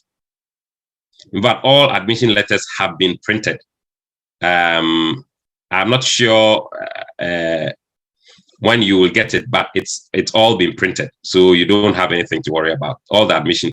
If there are any questions, you can always contact the admissions office. And let me just reiterate here. In the morning, there were all kinds of questions relating to finance and admissions and all that. There are various departments within the university that handle those things, although we provide the tools for that. And we are able to facilitate those things. But for the dispatch of admission letters, for example, it is not coming from us, it is coming from the admissions office. So if you have the number for the admissions office, the helpline, you can contact them. We would also pass on some of these questions to them to cross-check if any admission letter is delayed. But if you log into your ITS portal and it says that your admission status is admitted, then you have been admitted. So it's just an issue of paying your fees and then registering and attending lectures. Okay.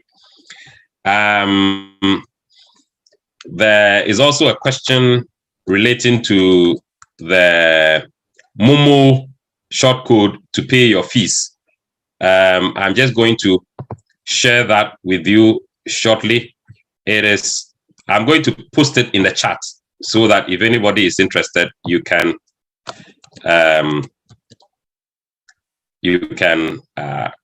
as it were, use it. I'm just going to post it to everybody in the chat, and so you can.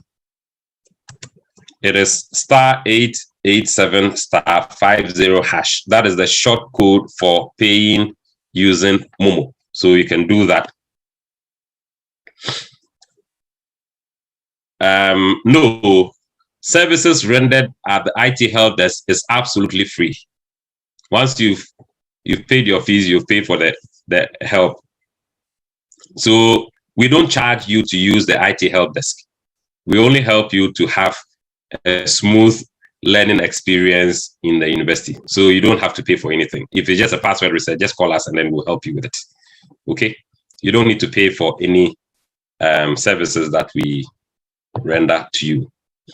So at this point, I'm just going to pause and ask for questions. If there are any questions, you can raise your hand and then I'll call you.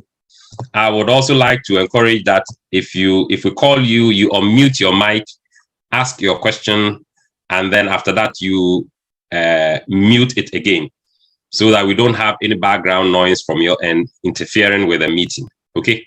So if you have any question, you know how to raise your hand in the Zoom meeting, right?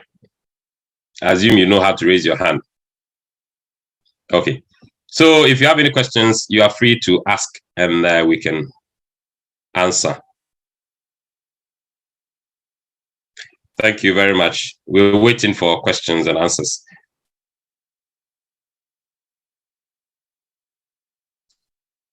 Yes, the admission letters are usually at the students portal for you to download. I think there's a link there for you to download. I'm sure it has been activated, but yes, you can download your admission letters from the students portal. Susanna Hammond Atisu, you have the floor if you want to ask a question. Yes, Prof. Please, I want to know if the Momo number you have given us, continuing students can also pay their fees through it. Yes, you can also pay your fees through it. Yes. Thank you very much. You're welcome.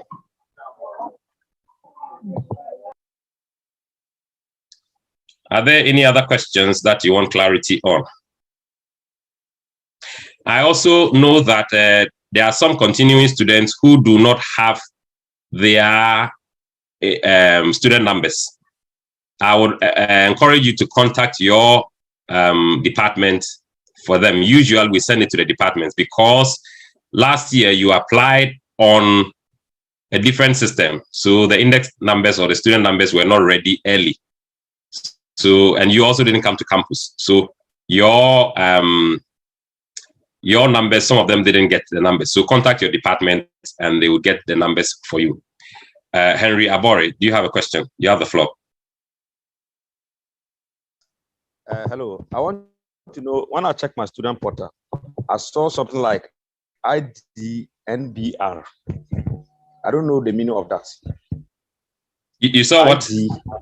And I saw a certain ID number. A certain number that, no, they wrote it ID, you know, apart from my student number, which I know. There is another number there that is it, written ID, then NBR.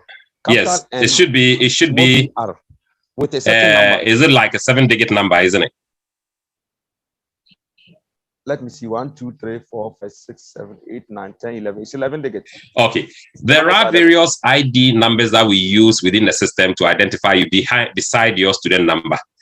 I don't think you need to bother about that. What you are interested in is your own student number, because with that we can trace anything about you. So if you have any inquiry and you bring your student number, we can just trace that one. So don't worry too much about those numbers. Yeah. Okay. But okay. Okay, that's okay. Right. All right. Okay. Enoch Edu, you have the floor.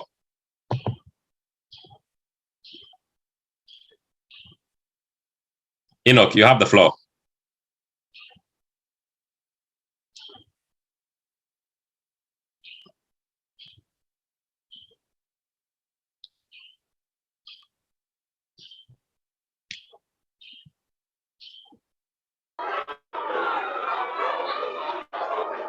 All right, it seems Enoch is not available.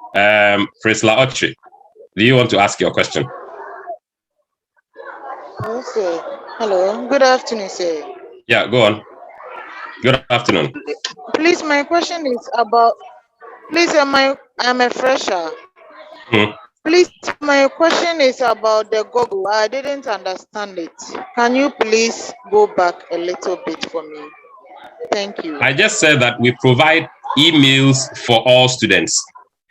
I only said Google is the provider that powers our email, but we give you email addresses. When we give you the email address, you go to the students, the UEW website, there's a link where you can click and then log into your email account. I only said Google because they power our email. So the login page would be the Google login page for email, the same as Gmail. Okay, right. Just a quick, Sandra, you said you entered into ITS to check your name and it's correct there, but you entered with your ID number and password, but it says incorrect. In fact, I don't understand it because if you don't log into ITS, you cannot check your name. So I don't know which other system you tried to log in and it was incorrect. You've typed it. If you can give me further details, I can respond to that question for you. Amiru Kasim, can you ask your question? Mine is not exactly a question. Okay. Want to clarify on the one that said he saw ID NBR on his, or is it Okay. a portal? Yeah, that one is simply referring to the national ID that the person used. Oh, the number that you use. Okay. Right. That's the Yes. ID Okay. number, either health insurance, voters ID, or Yeah. Ghana card. That is referring to the ID number the person used during the registration. Yeah, Okay. Thank you very much. So I take it that we didn't really remember the ID numbers that we used, isn't it? Yeah. Good for clarifying it. Yeah, thank you. All right. Okay. Right. Charity Deku, can you ask your question? Charity, your hand was up. Can you ask the question?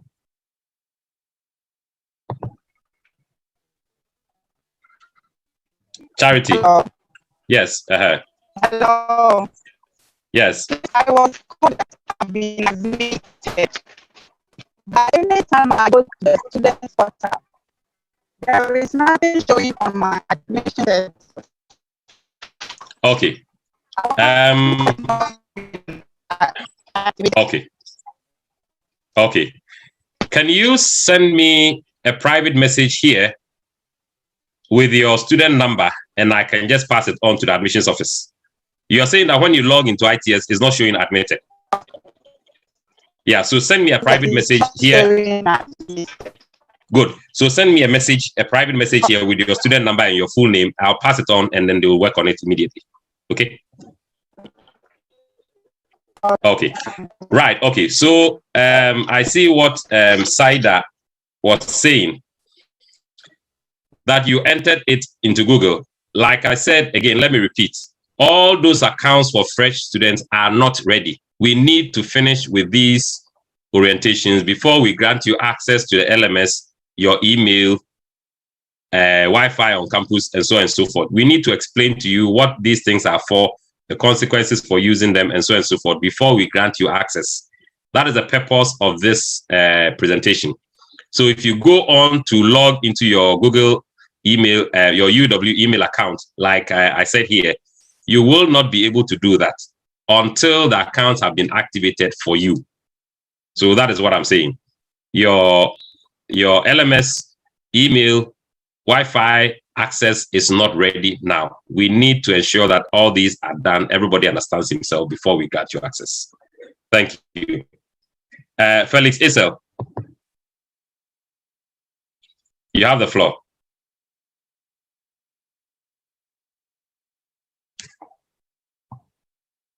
Felix, you have the floor to ask your question.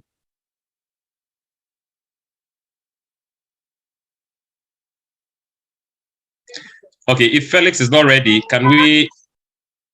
Is Felix ready? Okay, go on, please. Hello, good afternoon.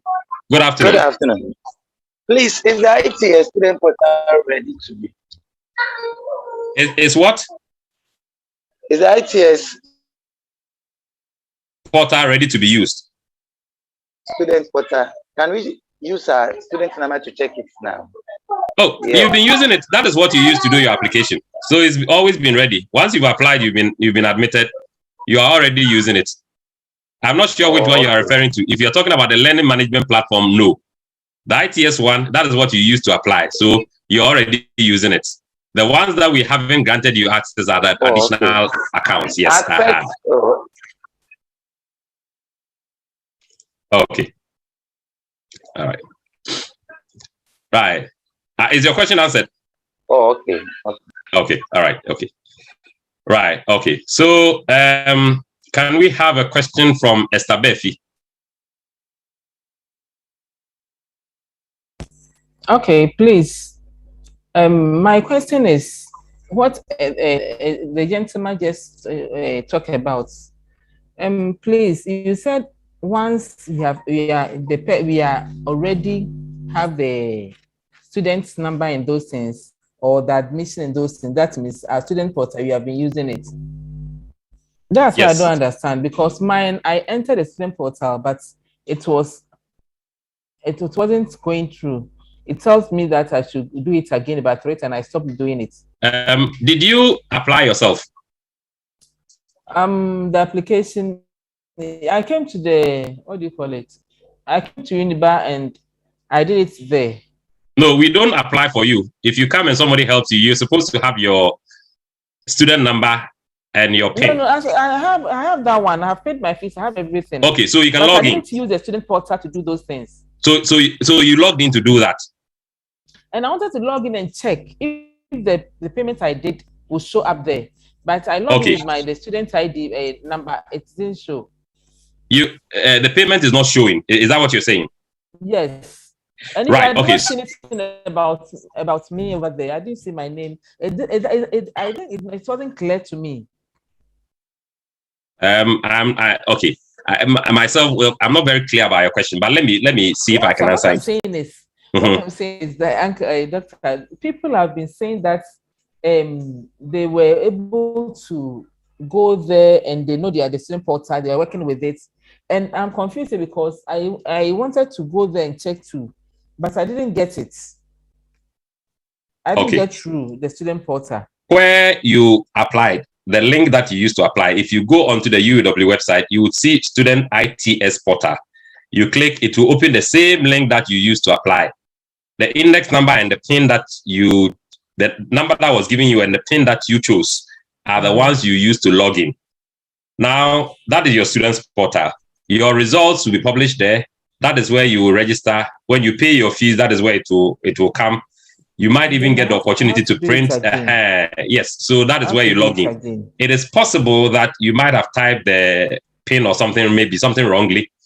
If you try, but you have to be careful. If you try it wrongly several times, it might lock you out and you might need to come back for us to reset everything for you. Okay. Wow. So because somebody might be trying to enter your portal, so we need to block you if there are too many mistakes. So just make sure you type the correct thing before you click login. You understand? But once you log in, then you are using it. I'll try my best to work on it. If I can't get it, I'll get to the numbers that you've given it to us. That is fine. No problem at all. Thank you very much. All right. Okay. So let me take a couple of questions that were asked from the. Okay, I think it seems those things have been already answered. It says if you pay your fees, will it be showing on your student? Yes. Normally, you wouldn't even be able to register until you've paid. So when you pay, it's reflecting in your portal, and then you get to register. Okay. So the courses wouldn't be available for you to register until you paid your fees. Okay. All right. Eric Amenido, I hope I've mentioned your name well.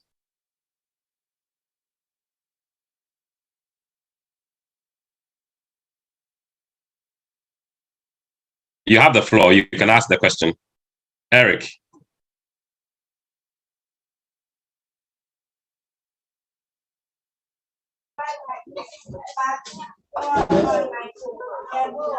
Hello. Yes, please go on. Ask your question. Please, I said, for the Momo short code, if you can repeat it, but I didn't hear it well. I posted it on the chat. So it is I'll get it for you shortly. It's *88. Okay. 7*50#. I posted it again in the chat. So if you go in the chat, you will see it. Okay. All right. Okay.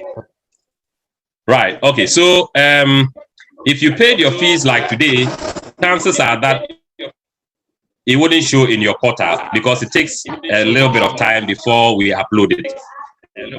Okay. So if you've just paid it or maybe late yesterday, it might not show in your portal.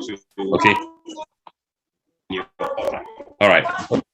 So your student portal is available. That is one you logged in to register, to apply. If you are unable to log in again, it means you either forgotten your student number or your PIN. You need to ensure you type everything correctly. And if you don't do that, you might not. Again, with a name, let me repeat the answer again. If you have your admission letter, it could be an error in the printer and maybe one or two names might not be showing. But when you log into your student portal and your name is correctly captured, then you don't have anything to worry about. If the name in the portal is completely wrong, then you need to now request that your name be corrected, but it has to come with supporting documents. But if your name is already captured correctly on the system, you don't have anything to worry about. Okay, Francis Kwanzaa, if you have a question, can you ask?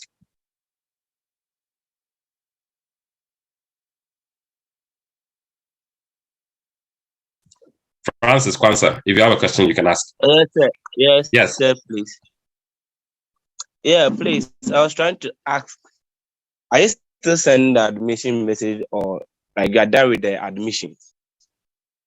That would be for the admissions office to answer. Like I said before, we are IT, though we provide them technology. Sometimes I know the answer, I can tell you. But with some of them, I don't know if they are still doing late admissions or something. Possible they are still doing late admissions. I can't say for a fact. It's quite likely. Okay. So some people haven't gotten their messages. Yes, some people have not gotten them, and a friend of mine too has not gotten admission. Okay, I don't know if I will alert. I think they are still doing it. I'm not too sure. But I think they are still doing. Normally, because we close admissions almost around the same time we are opening school. I think admissions probably close around late August or early September, something like that. So, but it will be for admissions office to ask him to call the admissions office. I think there's a number on the admissions portal to call admissions office to follow up on that admission. It's possible admission has been done. Okay. Felix Isel, you have the floor.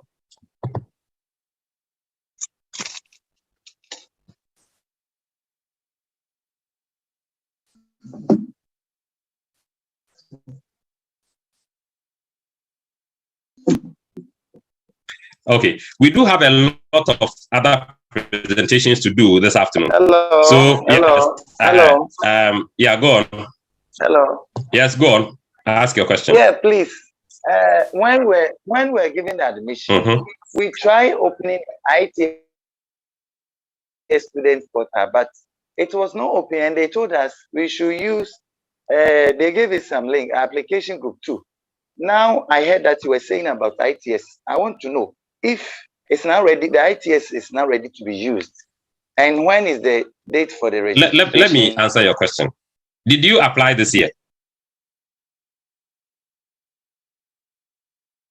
Felix, did you apply this year? My questions.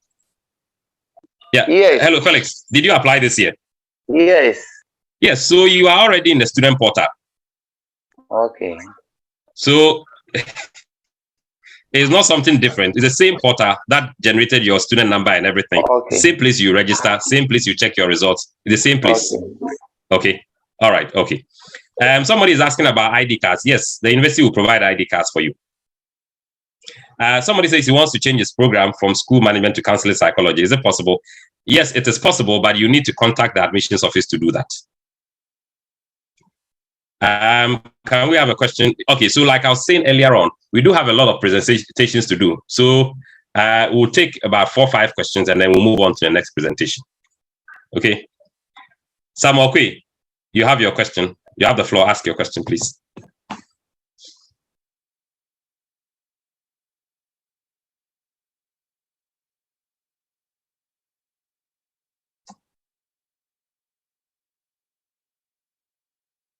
Samuel Kwe, you have the floor. All right, there's somebody with Zoom user. You can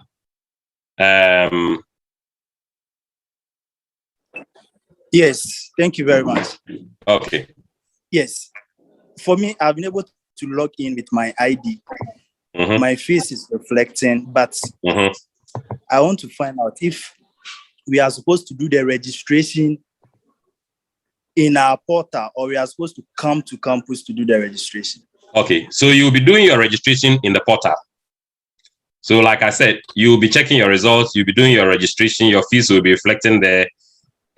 You can even have an unofficial transcript there, and any other thing that you do in a university, you should be able to do most of them from the portal. Okay. All right, but I'm unable to do that because maybe there was registration discussions yesterday. I don't know if you were in the presentation yesterday. Activated yet? Yes, quite likely. No, I wasn't. Yeah, okay. So that was discussed yesterday. I don't know the date that it will be open. Obviously, that the student records thing and the presentation from student records office was yesterday. I don't want to give any wrong information about when, but normally registration is open after orientation. Okay, Henry Abori. I think we'll take 2 more or so after this, and then we should. Henry, if you have a question, you can ask.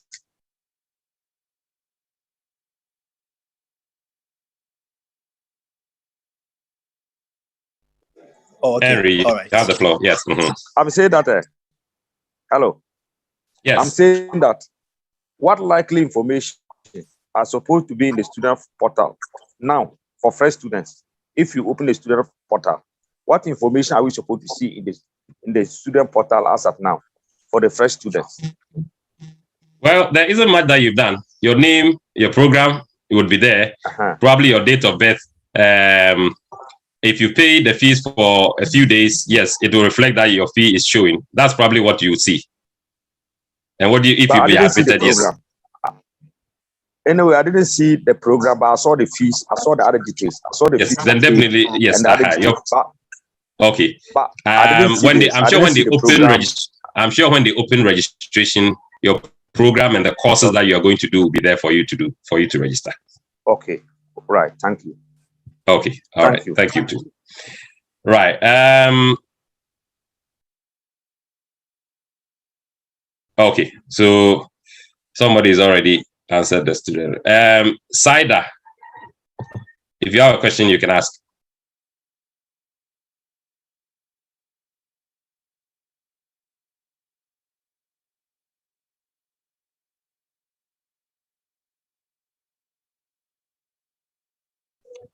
Saida, if you have a question, you can ask. There are about 3 more hands up. I'm just going to ask up to Gifty, and then there will be no more questions. We'll start the next presentation. So, Saida, if you are ready, you can ask your question. Francis, I think you've asked a number of questions today from the morning up to now. So I'm afraid I'm going to deny you asking questions now, so we can start the next presentation. Okay. After that one, if there's time, we'll take your question. All right. Ibrahim. Hello, sir. Yes, Saida, yes. Go on. Please, I wanted to pay my school fees today. Okay. And I passed through all the process today. Okay. And after paying, it says I should wait a moment. But still, I'm still having the money on my wallet. I don't understand. You mean Momo? Yeah, the Momo. What message did you get? I got the message that I should wait for a moment. But still, the money is still on my wallet. Okay. So does it mean I should try again? I would probably say, because it's not sent you a text message. Yeah, they didn't send me. That they've taken the money. No. Then I'll suggest you try again. You try again. Yes, because if the money is taken, then it won't even process. It will say you don't have sufficient funds. I'll say try again. Okay. So, but you said we the freshers, we are to wait for you to give us the access to get into our IT portal. No, I didn't say that.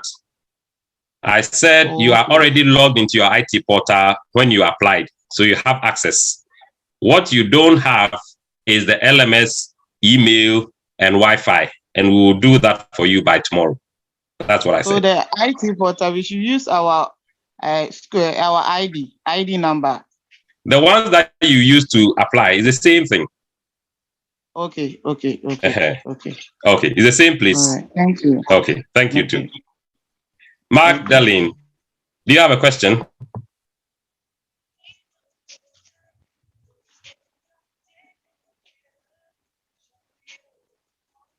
Magdalene, do you have a question?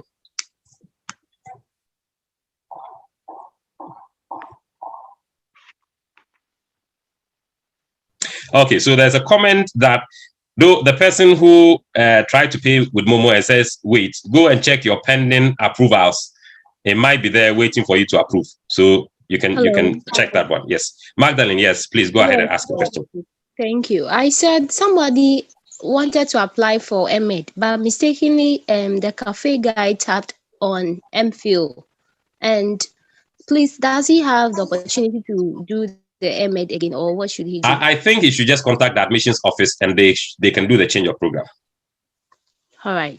Yes, there are some numbers to contact. You should be able to do that. Just quick one.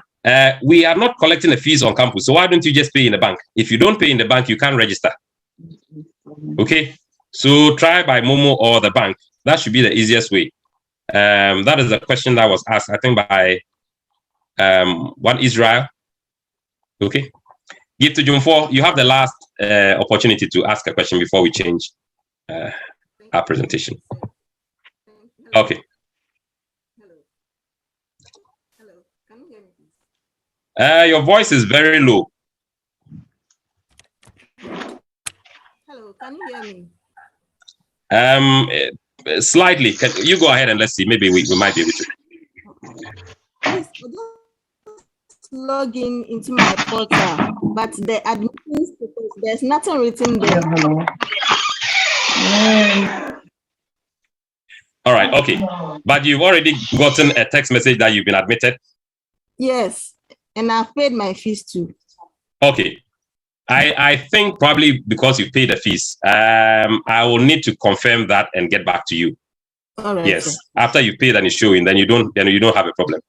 Actually, it wouldn't have even accepted your fees. Your fees wouldn't even be accepted if you had not been admitted. All right. Yeah. So yeah. Okay. I'll check on it. All right. Thank you. Okay. At this point, we are going to shift our attention to the learning management platform. My colleague will be taking you through the learning management system, how to log in, how to change your password, and all those kinds of things. For the teaching and learning, your lecturers will do that. But then I will take you through how to find your courses, how to those things on the learning management platform. That is a new one to you. The ITS portal, you've already used it for your application. So that is not new. So Rafik, are you there? Doc, yes, please, I'm here. Okay, so I'm handing over to you to start with the learning management questions. Thank you, Doc. Okay. Good afternoon to everyone. My name is Rafik, and ICT Services Directorate at Uniba. I'm going to take you through the next presentation, and we're going to see how you can log in to the VA class, and then also look at how you can use the web application, the mobile app to access our system. So like my director said, in fact, he has made the work very easy. He has given you all the details. So I will not talk much. I'm just going to take you through how to log into the VA class, and then we see one or two things. Then we end the presentation. Then the next two of my colleagues will also take it up. So in logging into the system, there are two ways that you can use to access the system. The first one is by going through the university websites, and then you access the LMS from there, or you go directly to the system by using your web browsers. So I'm going to share my screen with you, and then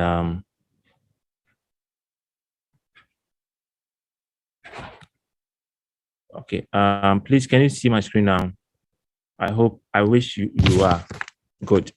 So I'm going to begin by accessing the VA class or the LMS system through the university website.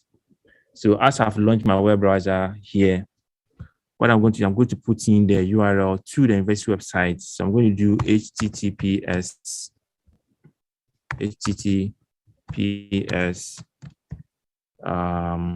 UEW.edu.gh,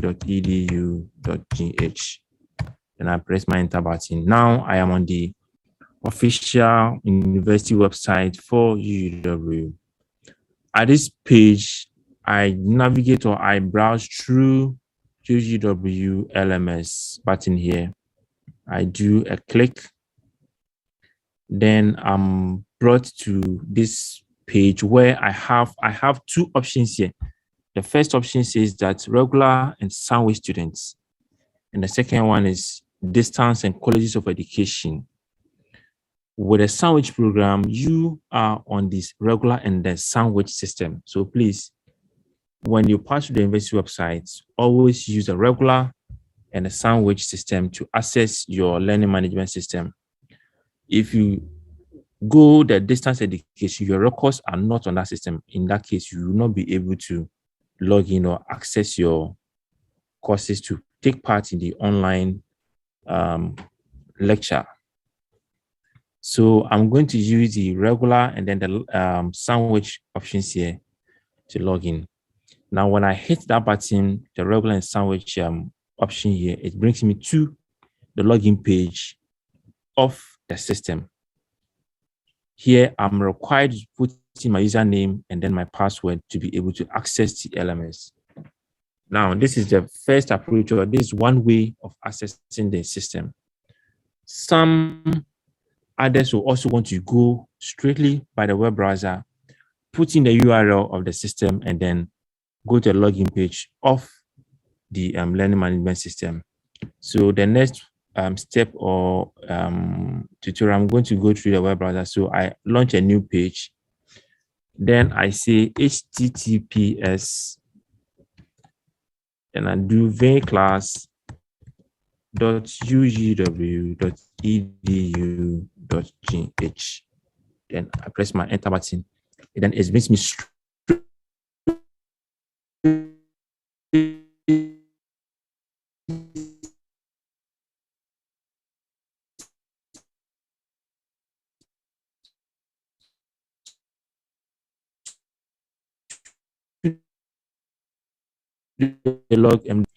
the login page where I'm required to put in my username and then my password. Now, the learning management system works in all kinds of web browsers. You can use Google Chrome, as I'm using now. You can use Mozilla Firefox. You can also use Opera. You can use Safari. All of them, they'll work perfectly in them. Now, at the login page here, as fresh students, you are required to use your student number, which you already have, as your username and your password. The student number as a username and then as a password to log in. So now I'm going to put in my student number as a username here. Then I'll go ahead and then use my index number or my student number as a password. So I do same for the password. Then I click on the login button. What some students do is that the moment they put in the username and then the password, then they activate this button here. Remember usernames. In that case, anytime they come in here, they don't need to re-put in the student number and then the password again, but automatically, the moment they click on login, they automatically log in because their browser remembers or recalls the login details, or their details are stored in the browser for them. So once I provided my student number as the username and the password, I just click on login. Then I'm logged into the system. By default, the moment you put in the student number as the username and the password, and the system grants you access, the first thing that it will ask for you is to do a password change, meaning that you are going to change your existing student number, which happens to be your password, to a new password. Now, I'm going to do a password change. So what the first option the information it's requiring from me is that the current password is now my student number, because that is the first password I've been provided with. So I just put in that student number as the current password. Then the new password is the password which I am going to change now. That is my student number. I'm going to change that one to my personal or my own password, which I can easily recall. Now, with a password, there is a kind of password policy in here. you are required to provide a minimum of 6 and a maximum of 8. Fine, it can be more than 8. The most important thing is that you need to remember your password so that you'll be able to log in on your next login. And it's also alphanumeric. You can combine the alphabet and then numbers in logging in. So I'm going to put in a new password here.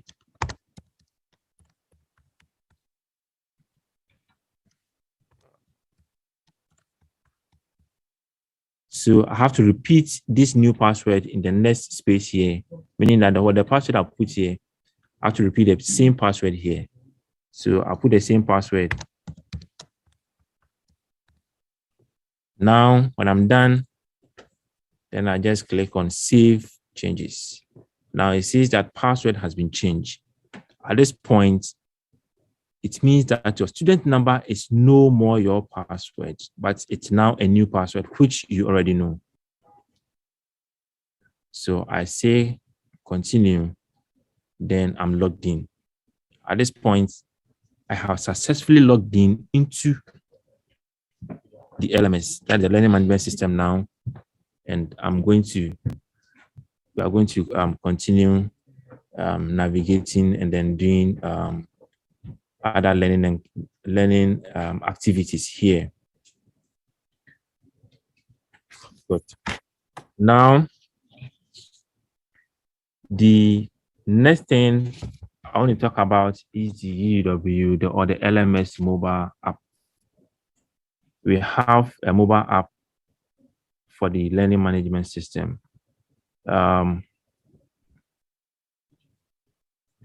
During the morning section, somebody asked that he asked about the app and then the quick access. You can access the system through the quick access and then also the mobile app. The mobile app is available on Google Play Store. So when you go to Google Play Store on your phones, you just type UEW class and then you have a page like this, as you can see from my screen. You download the app, install it on your device, and then you put in your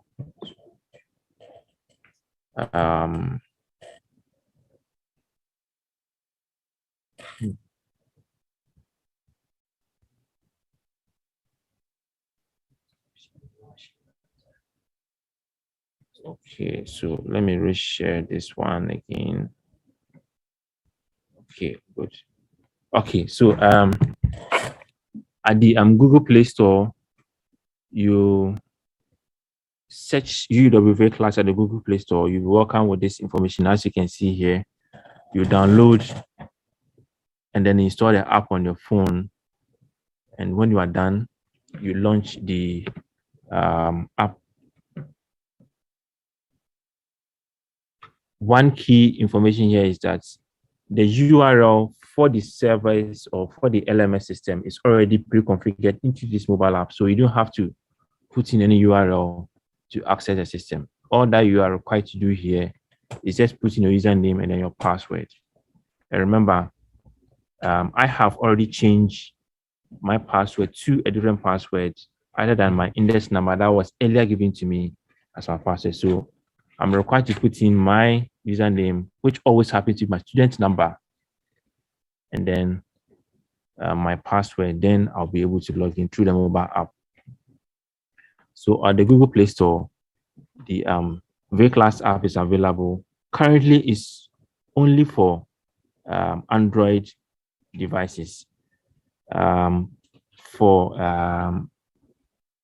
Apple, we are yet to go through some security processes before we make it available on the App Store. So those of you using the Apple devices at this moment or from within a very short time, you won't be able to access the VClass through the an app, but you can use the Safari browser on your Apple devices to access the LMS by just launching the browser, and then you put in a URL which you already know, https://vclass.uew.gh to access the system, or you go through the university website, use the LMS option there, and then you put in your credentials and you'll be successfully logged in onto the service.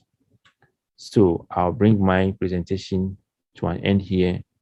If there are any questions, you ask and we will speak to you. Thank you.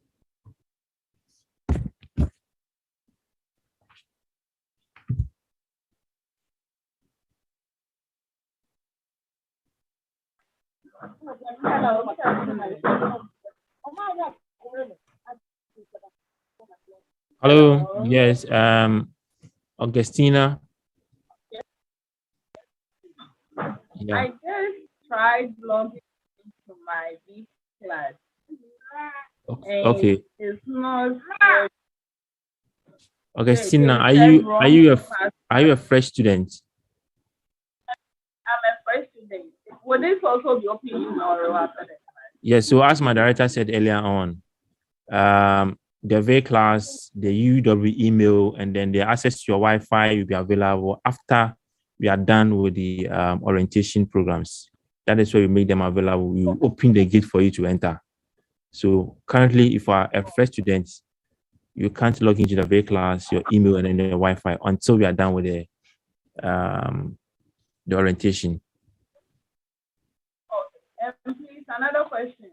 How many days will they take for the payment of it to reflect on my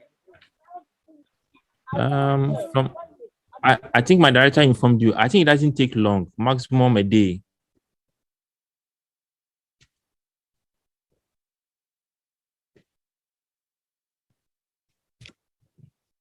Okay, so now you okay?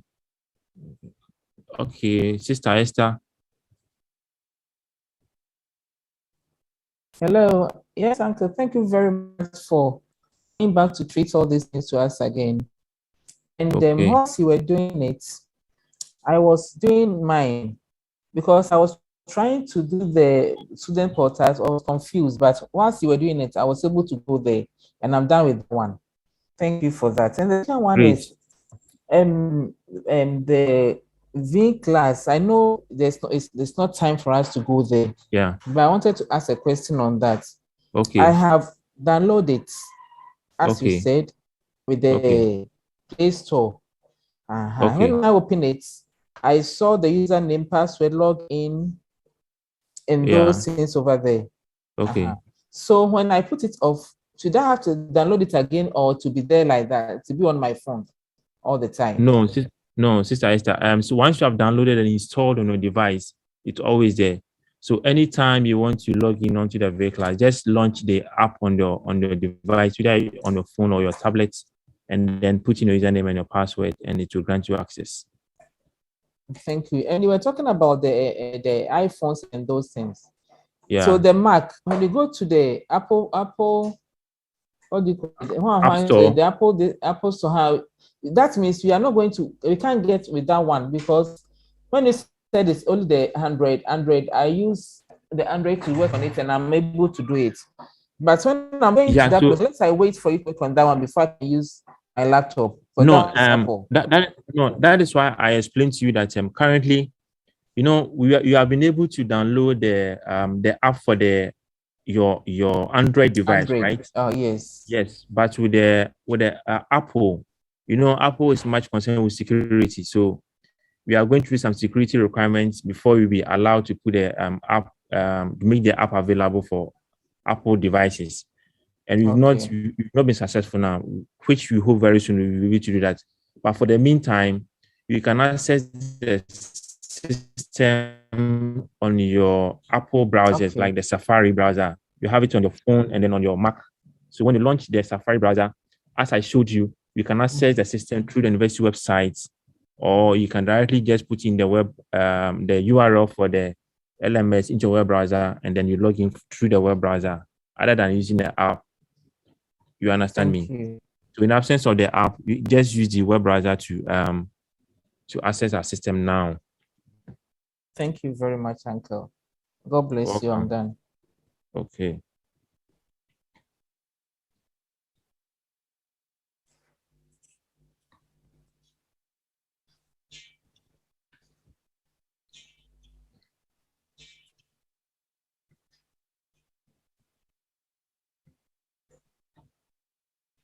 Okay, at them Charity.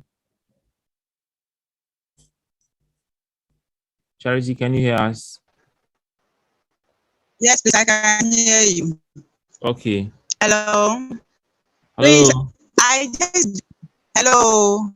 Hello, Sister Charity, speak to us. Oh. Okay. Please, I just joined you. How do I download the videos on Play Store? Sister Charity, your line is breaking. We can hardly hear you. Hello. Hello. Hi. Hello. Yeah. Please, I just joined you. You just joined us, okay. Hello. Please, how do I download the class from Play Store? You want to know how you can download the app on your from Play Store? Yeah. Yes, is that your question? Okay, yes, so just on your Android device, either on your phone or your tablet, whatever, just open your Google Play Store. Yes. Just as you download WhatsApp. I know everybody have WhatsApp on his or her phone. So at this time, just type UWV class. You get me now? Yes. Good. So we just install it on your device, and then the next thing is just putting the when you are done installing, you'll be welcome with a page like this. So as I said earlier on, the URL for the service or for the LMS is already pre-configured in the app. So you only have to put in your username and your password, and then you log in. Okay. Thank you so much. Welcome.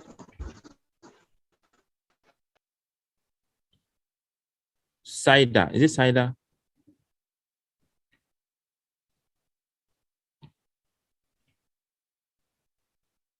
Mr. Cider, we are listening to you. Miss Cider.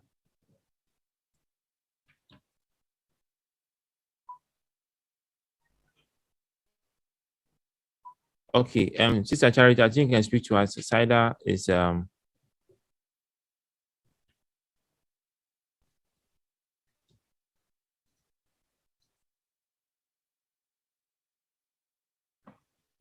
Charity, can you speak to us?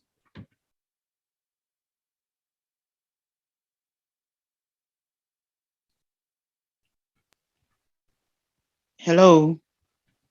Hi. Yeah, please, this is Saida. Okay. Please, I said I just entered the IT portal. And I use my ID number and the password, but number. it says but it says unrecognized username. Unrecognized username. Username, yeah. Are you logging into the LMS or on the ITS portal? The ITS portal. Do you have a student number? Yeah. Can you give me the number, please? Can you mention the number to me? Okay. 22. 00. I think the 00 is 4. You think?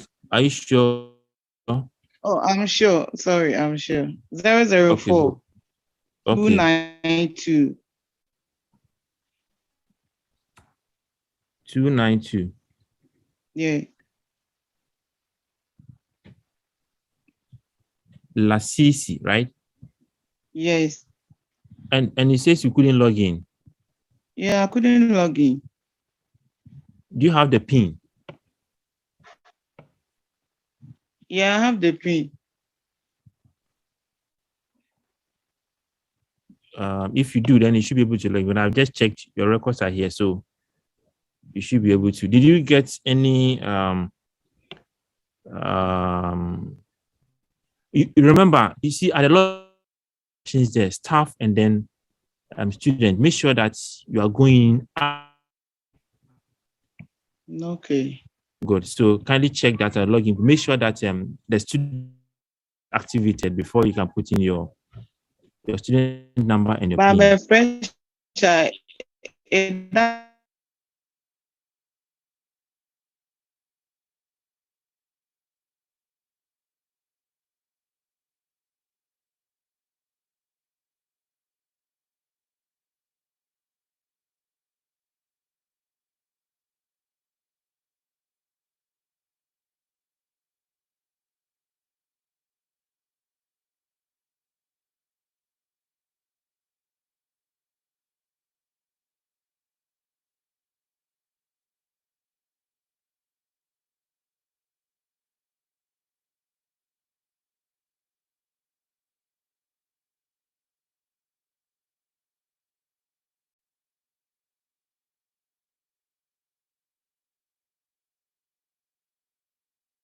Recording in progress.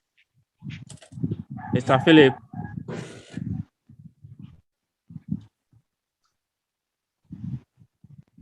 I think Felix Philip is not ready to talk, so okay, then let's can just go ahead and Technospark. Go Hello. because we are behind time, so that's okay. Hello. Hello. Hello. I'm also facing a challenge of logging in to access my portal. Your student portal. Yes. Please, have you done your payments? Yes, I did it yesterday. Yesterday. Have you tried logging in? I tried, but I couldn't. What was the error message? That unrecognized username. Can you give me your student number to confirm that? 22. Okay, 22. 000. You put yourself in trouble. 97 and 79. You know what? I think you should kindly try again later in the evening because Yes, otherwise they'll ask you to be doing it for everybody. Yes. They'll just abuse you right now. You keep on trying. If you're not successful, just call us on the just the because you help somebody out. Okay. Yes. Then just call us and we'll respond to you. Okay. Thank you. Yeah, thank you. Okay.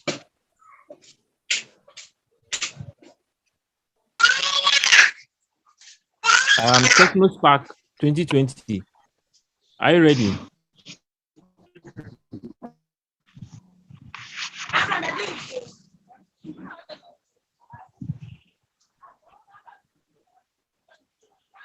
Hello, please. You mentioned Esther's name, but I was muted. Okay, They just go unmuted me. Go ahead. Thank you.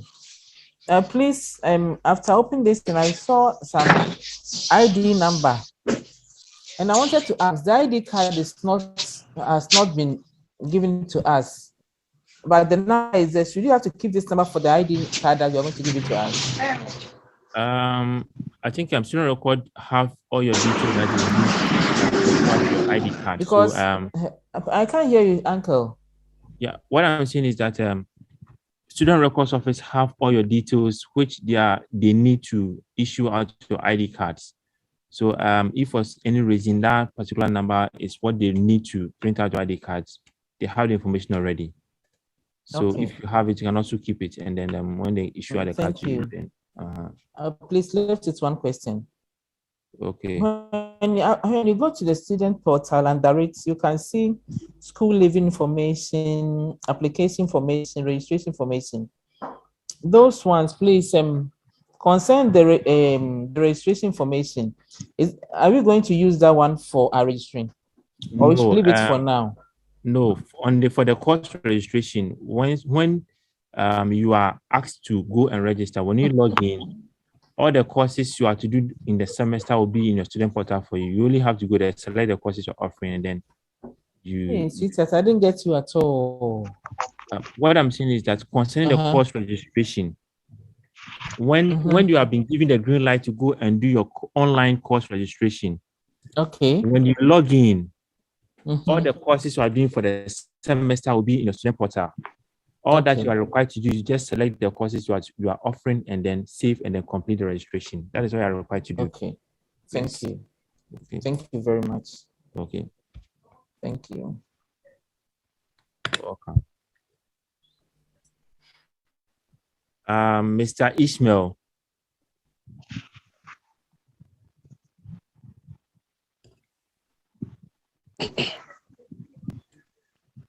Mr. Ishmael, can you speak to us?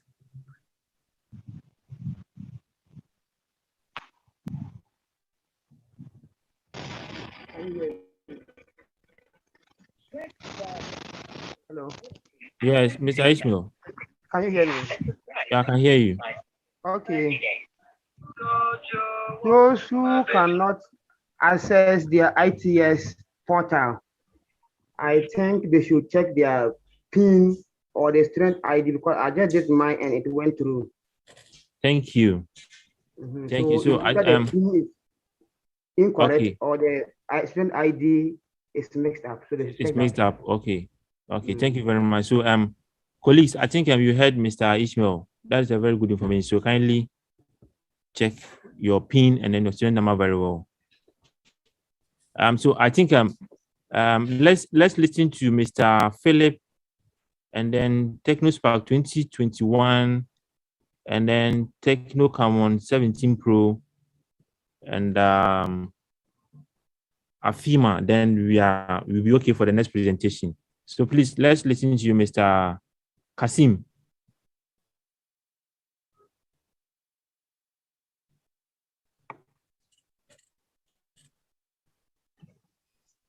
Hello. Yes, sir. Yeah, thank you very much. Mine is about the point that the lady made about the ITS portal, that she saw an ID number there and she's asking to verify whether that is the number that would be in the student ID card. That number is simply referring to the ID or the national ID number you used during the registration. Okay. But not your student ID number. Okay, thank you. Thank you. Okay. I think everybody heard you very well. So thank you, Mr. Kasim. TechnoSpark 2020, I already talked to us.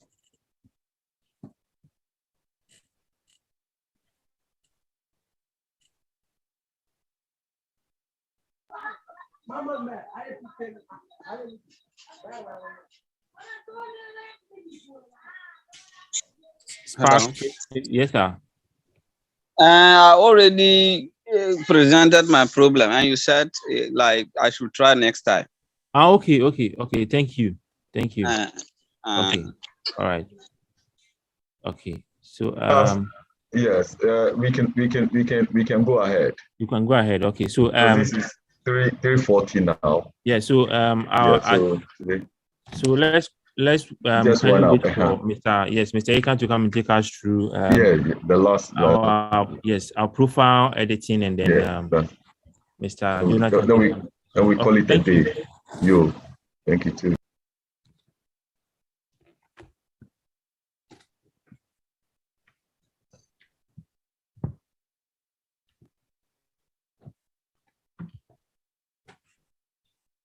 Good afternoon.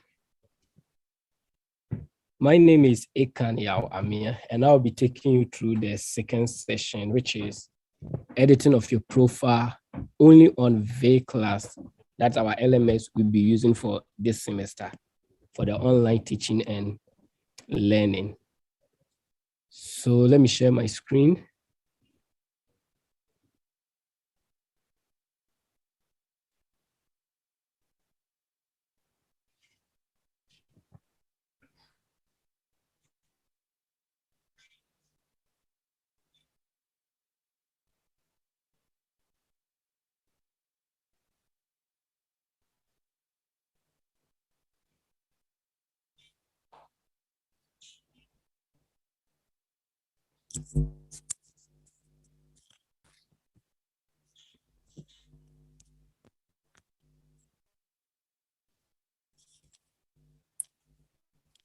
Okay. Now I've opened the V-Class homepage, which is the UW virtual learning environment. Now I hope we all know how to log in, because Seraph demonstrate to us how to log in. So right now, if I want to log in into my V-Class, all you have to do is at the top right corner, you go to and click on the login button. Then you input your index number. So my index number is this one. Then I will input the password that I have changed it already, the current one, which is, then I will hit the login button. So now, after successfully logging, this is the welcome page you will get. Now we are going to only talk about your profile. How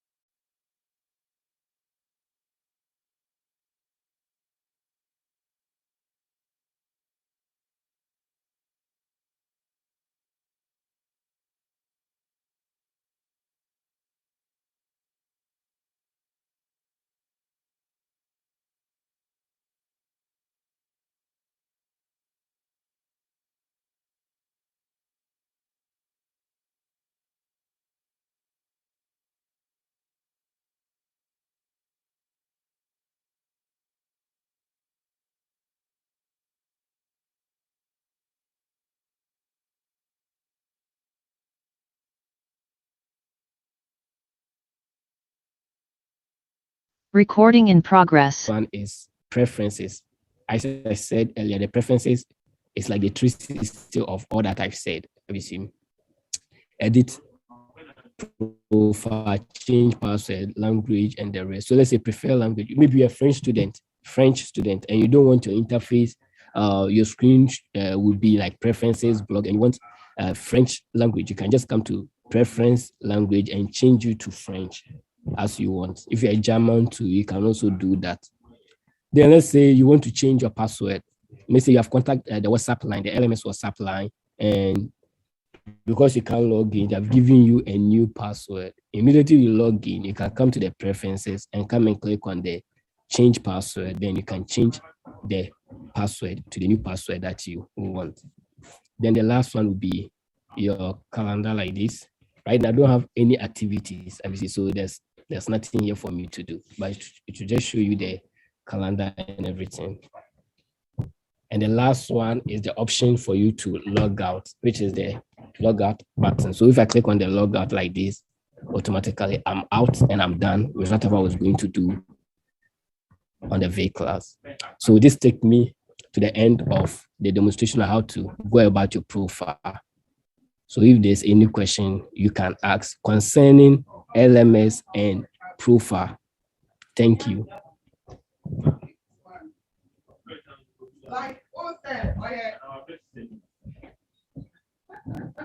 Okay, Augustina, your question. Sir, please, I think I overheard somebody saying the ID number is the voters we use in registering for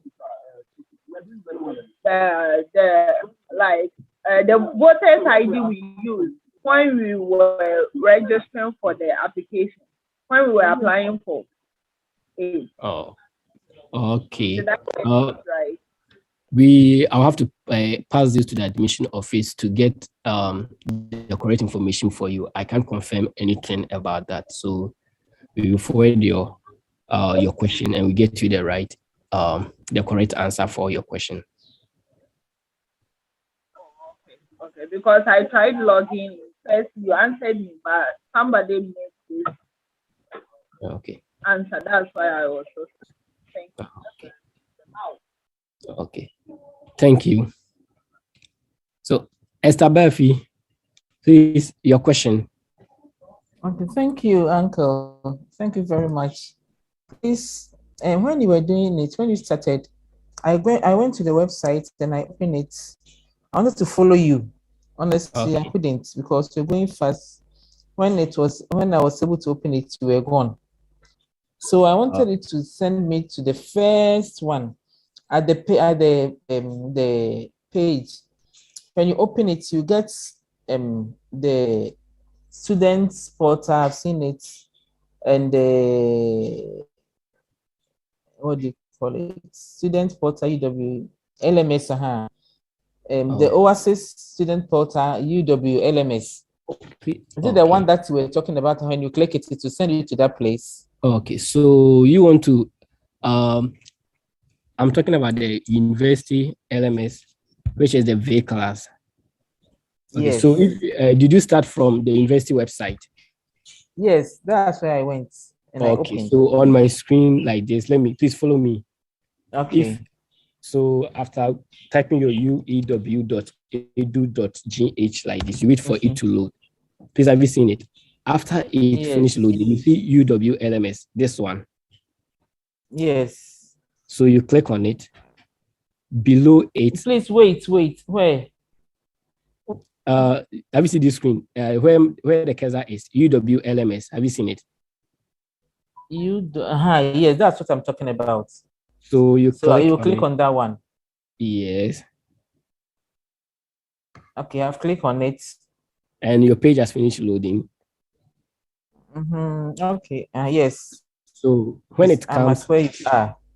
Okay, there are two types.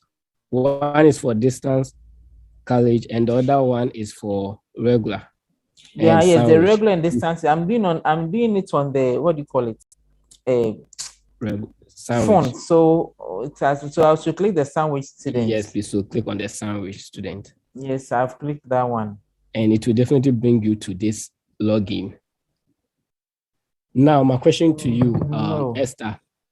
No, I'm not there. It's still loading. I have clicked it, but it has not opened. Okay. Should I click it again? Is it still loading, Esther? Yes, so because your network. Yes, it's still loading. Okay. So after it's done. Okay. Are you doing it on your phone? Yes, on phone. Okay. So after it's done, are you a fresh or continuous student? No, I'm a refresher. So fresher, you can't log in because we haven't granted all freshers access unless all the orientation is done. Then Very good. I just wanted to know the steps, so that's where I'll go. Yes, please. That's where you go. Very good. I'll click the sandwich and send me there. Yes, please. Yes. Thank you very much. Because If I was confused. I was looking at. Okay, if you're using Android phone, also yes, you can just go and download the app. Then you are good. The app, which app? The Android. You can just go to. Are you using Android phone? Yes, Samsung. So just click on the Google Play Store. I will see where you go and download apps. Yes. Then and you go and type on the search. You type UEW class.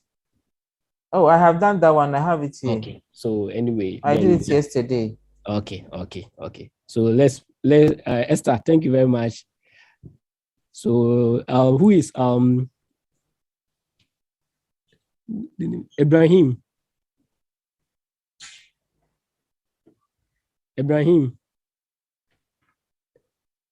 So is your question? So my question is that when you come to the username, are we using the student ID number, or we are yet to be given a number again because I'm a fresher? Okay, so the fresher wait for after the orientation, as I said, after the orientation, all freshers will be enabled, then you can log in. Okay, Ibrahim. Yes, and the more serious note is that you clicked on the grace and whatever. I'm not all that clear with that aspect. So if you could go over again for me. Okay. Yes. Please, you can mute your hands. You can mute it, then I'll explain it. Okay, 1, 2. Please, under the profile, if you can see it from, if you can see what I'm doing from your screen, under the profile there's a section there called grades. These grades are just for the course. Maybe you've done assignment, quizzes, or forum, and you have been awarded a marks. So those marks will be shown here. Then this is not your final where all will be graded. Everything here, after everything will be compiled, do the writing on it, then your lecturers will push it to you on your ITS portal. By here, we'll show you at least how much you score on some of the activities you did here. I hope, Ibrahim, I hope you understand what I just said. Thanks. Now, Techno Camon 17 Pro. Techno Camon 17 Pro.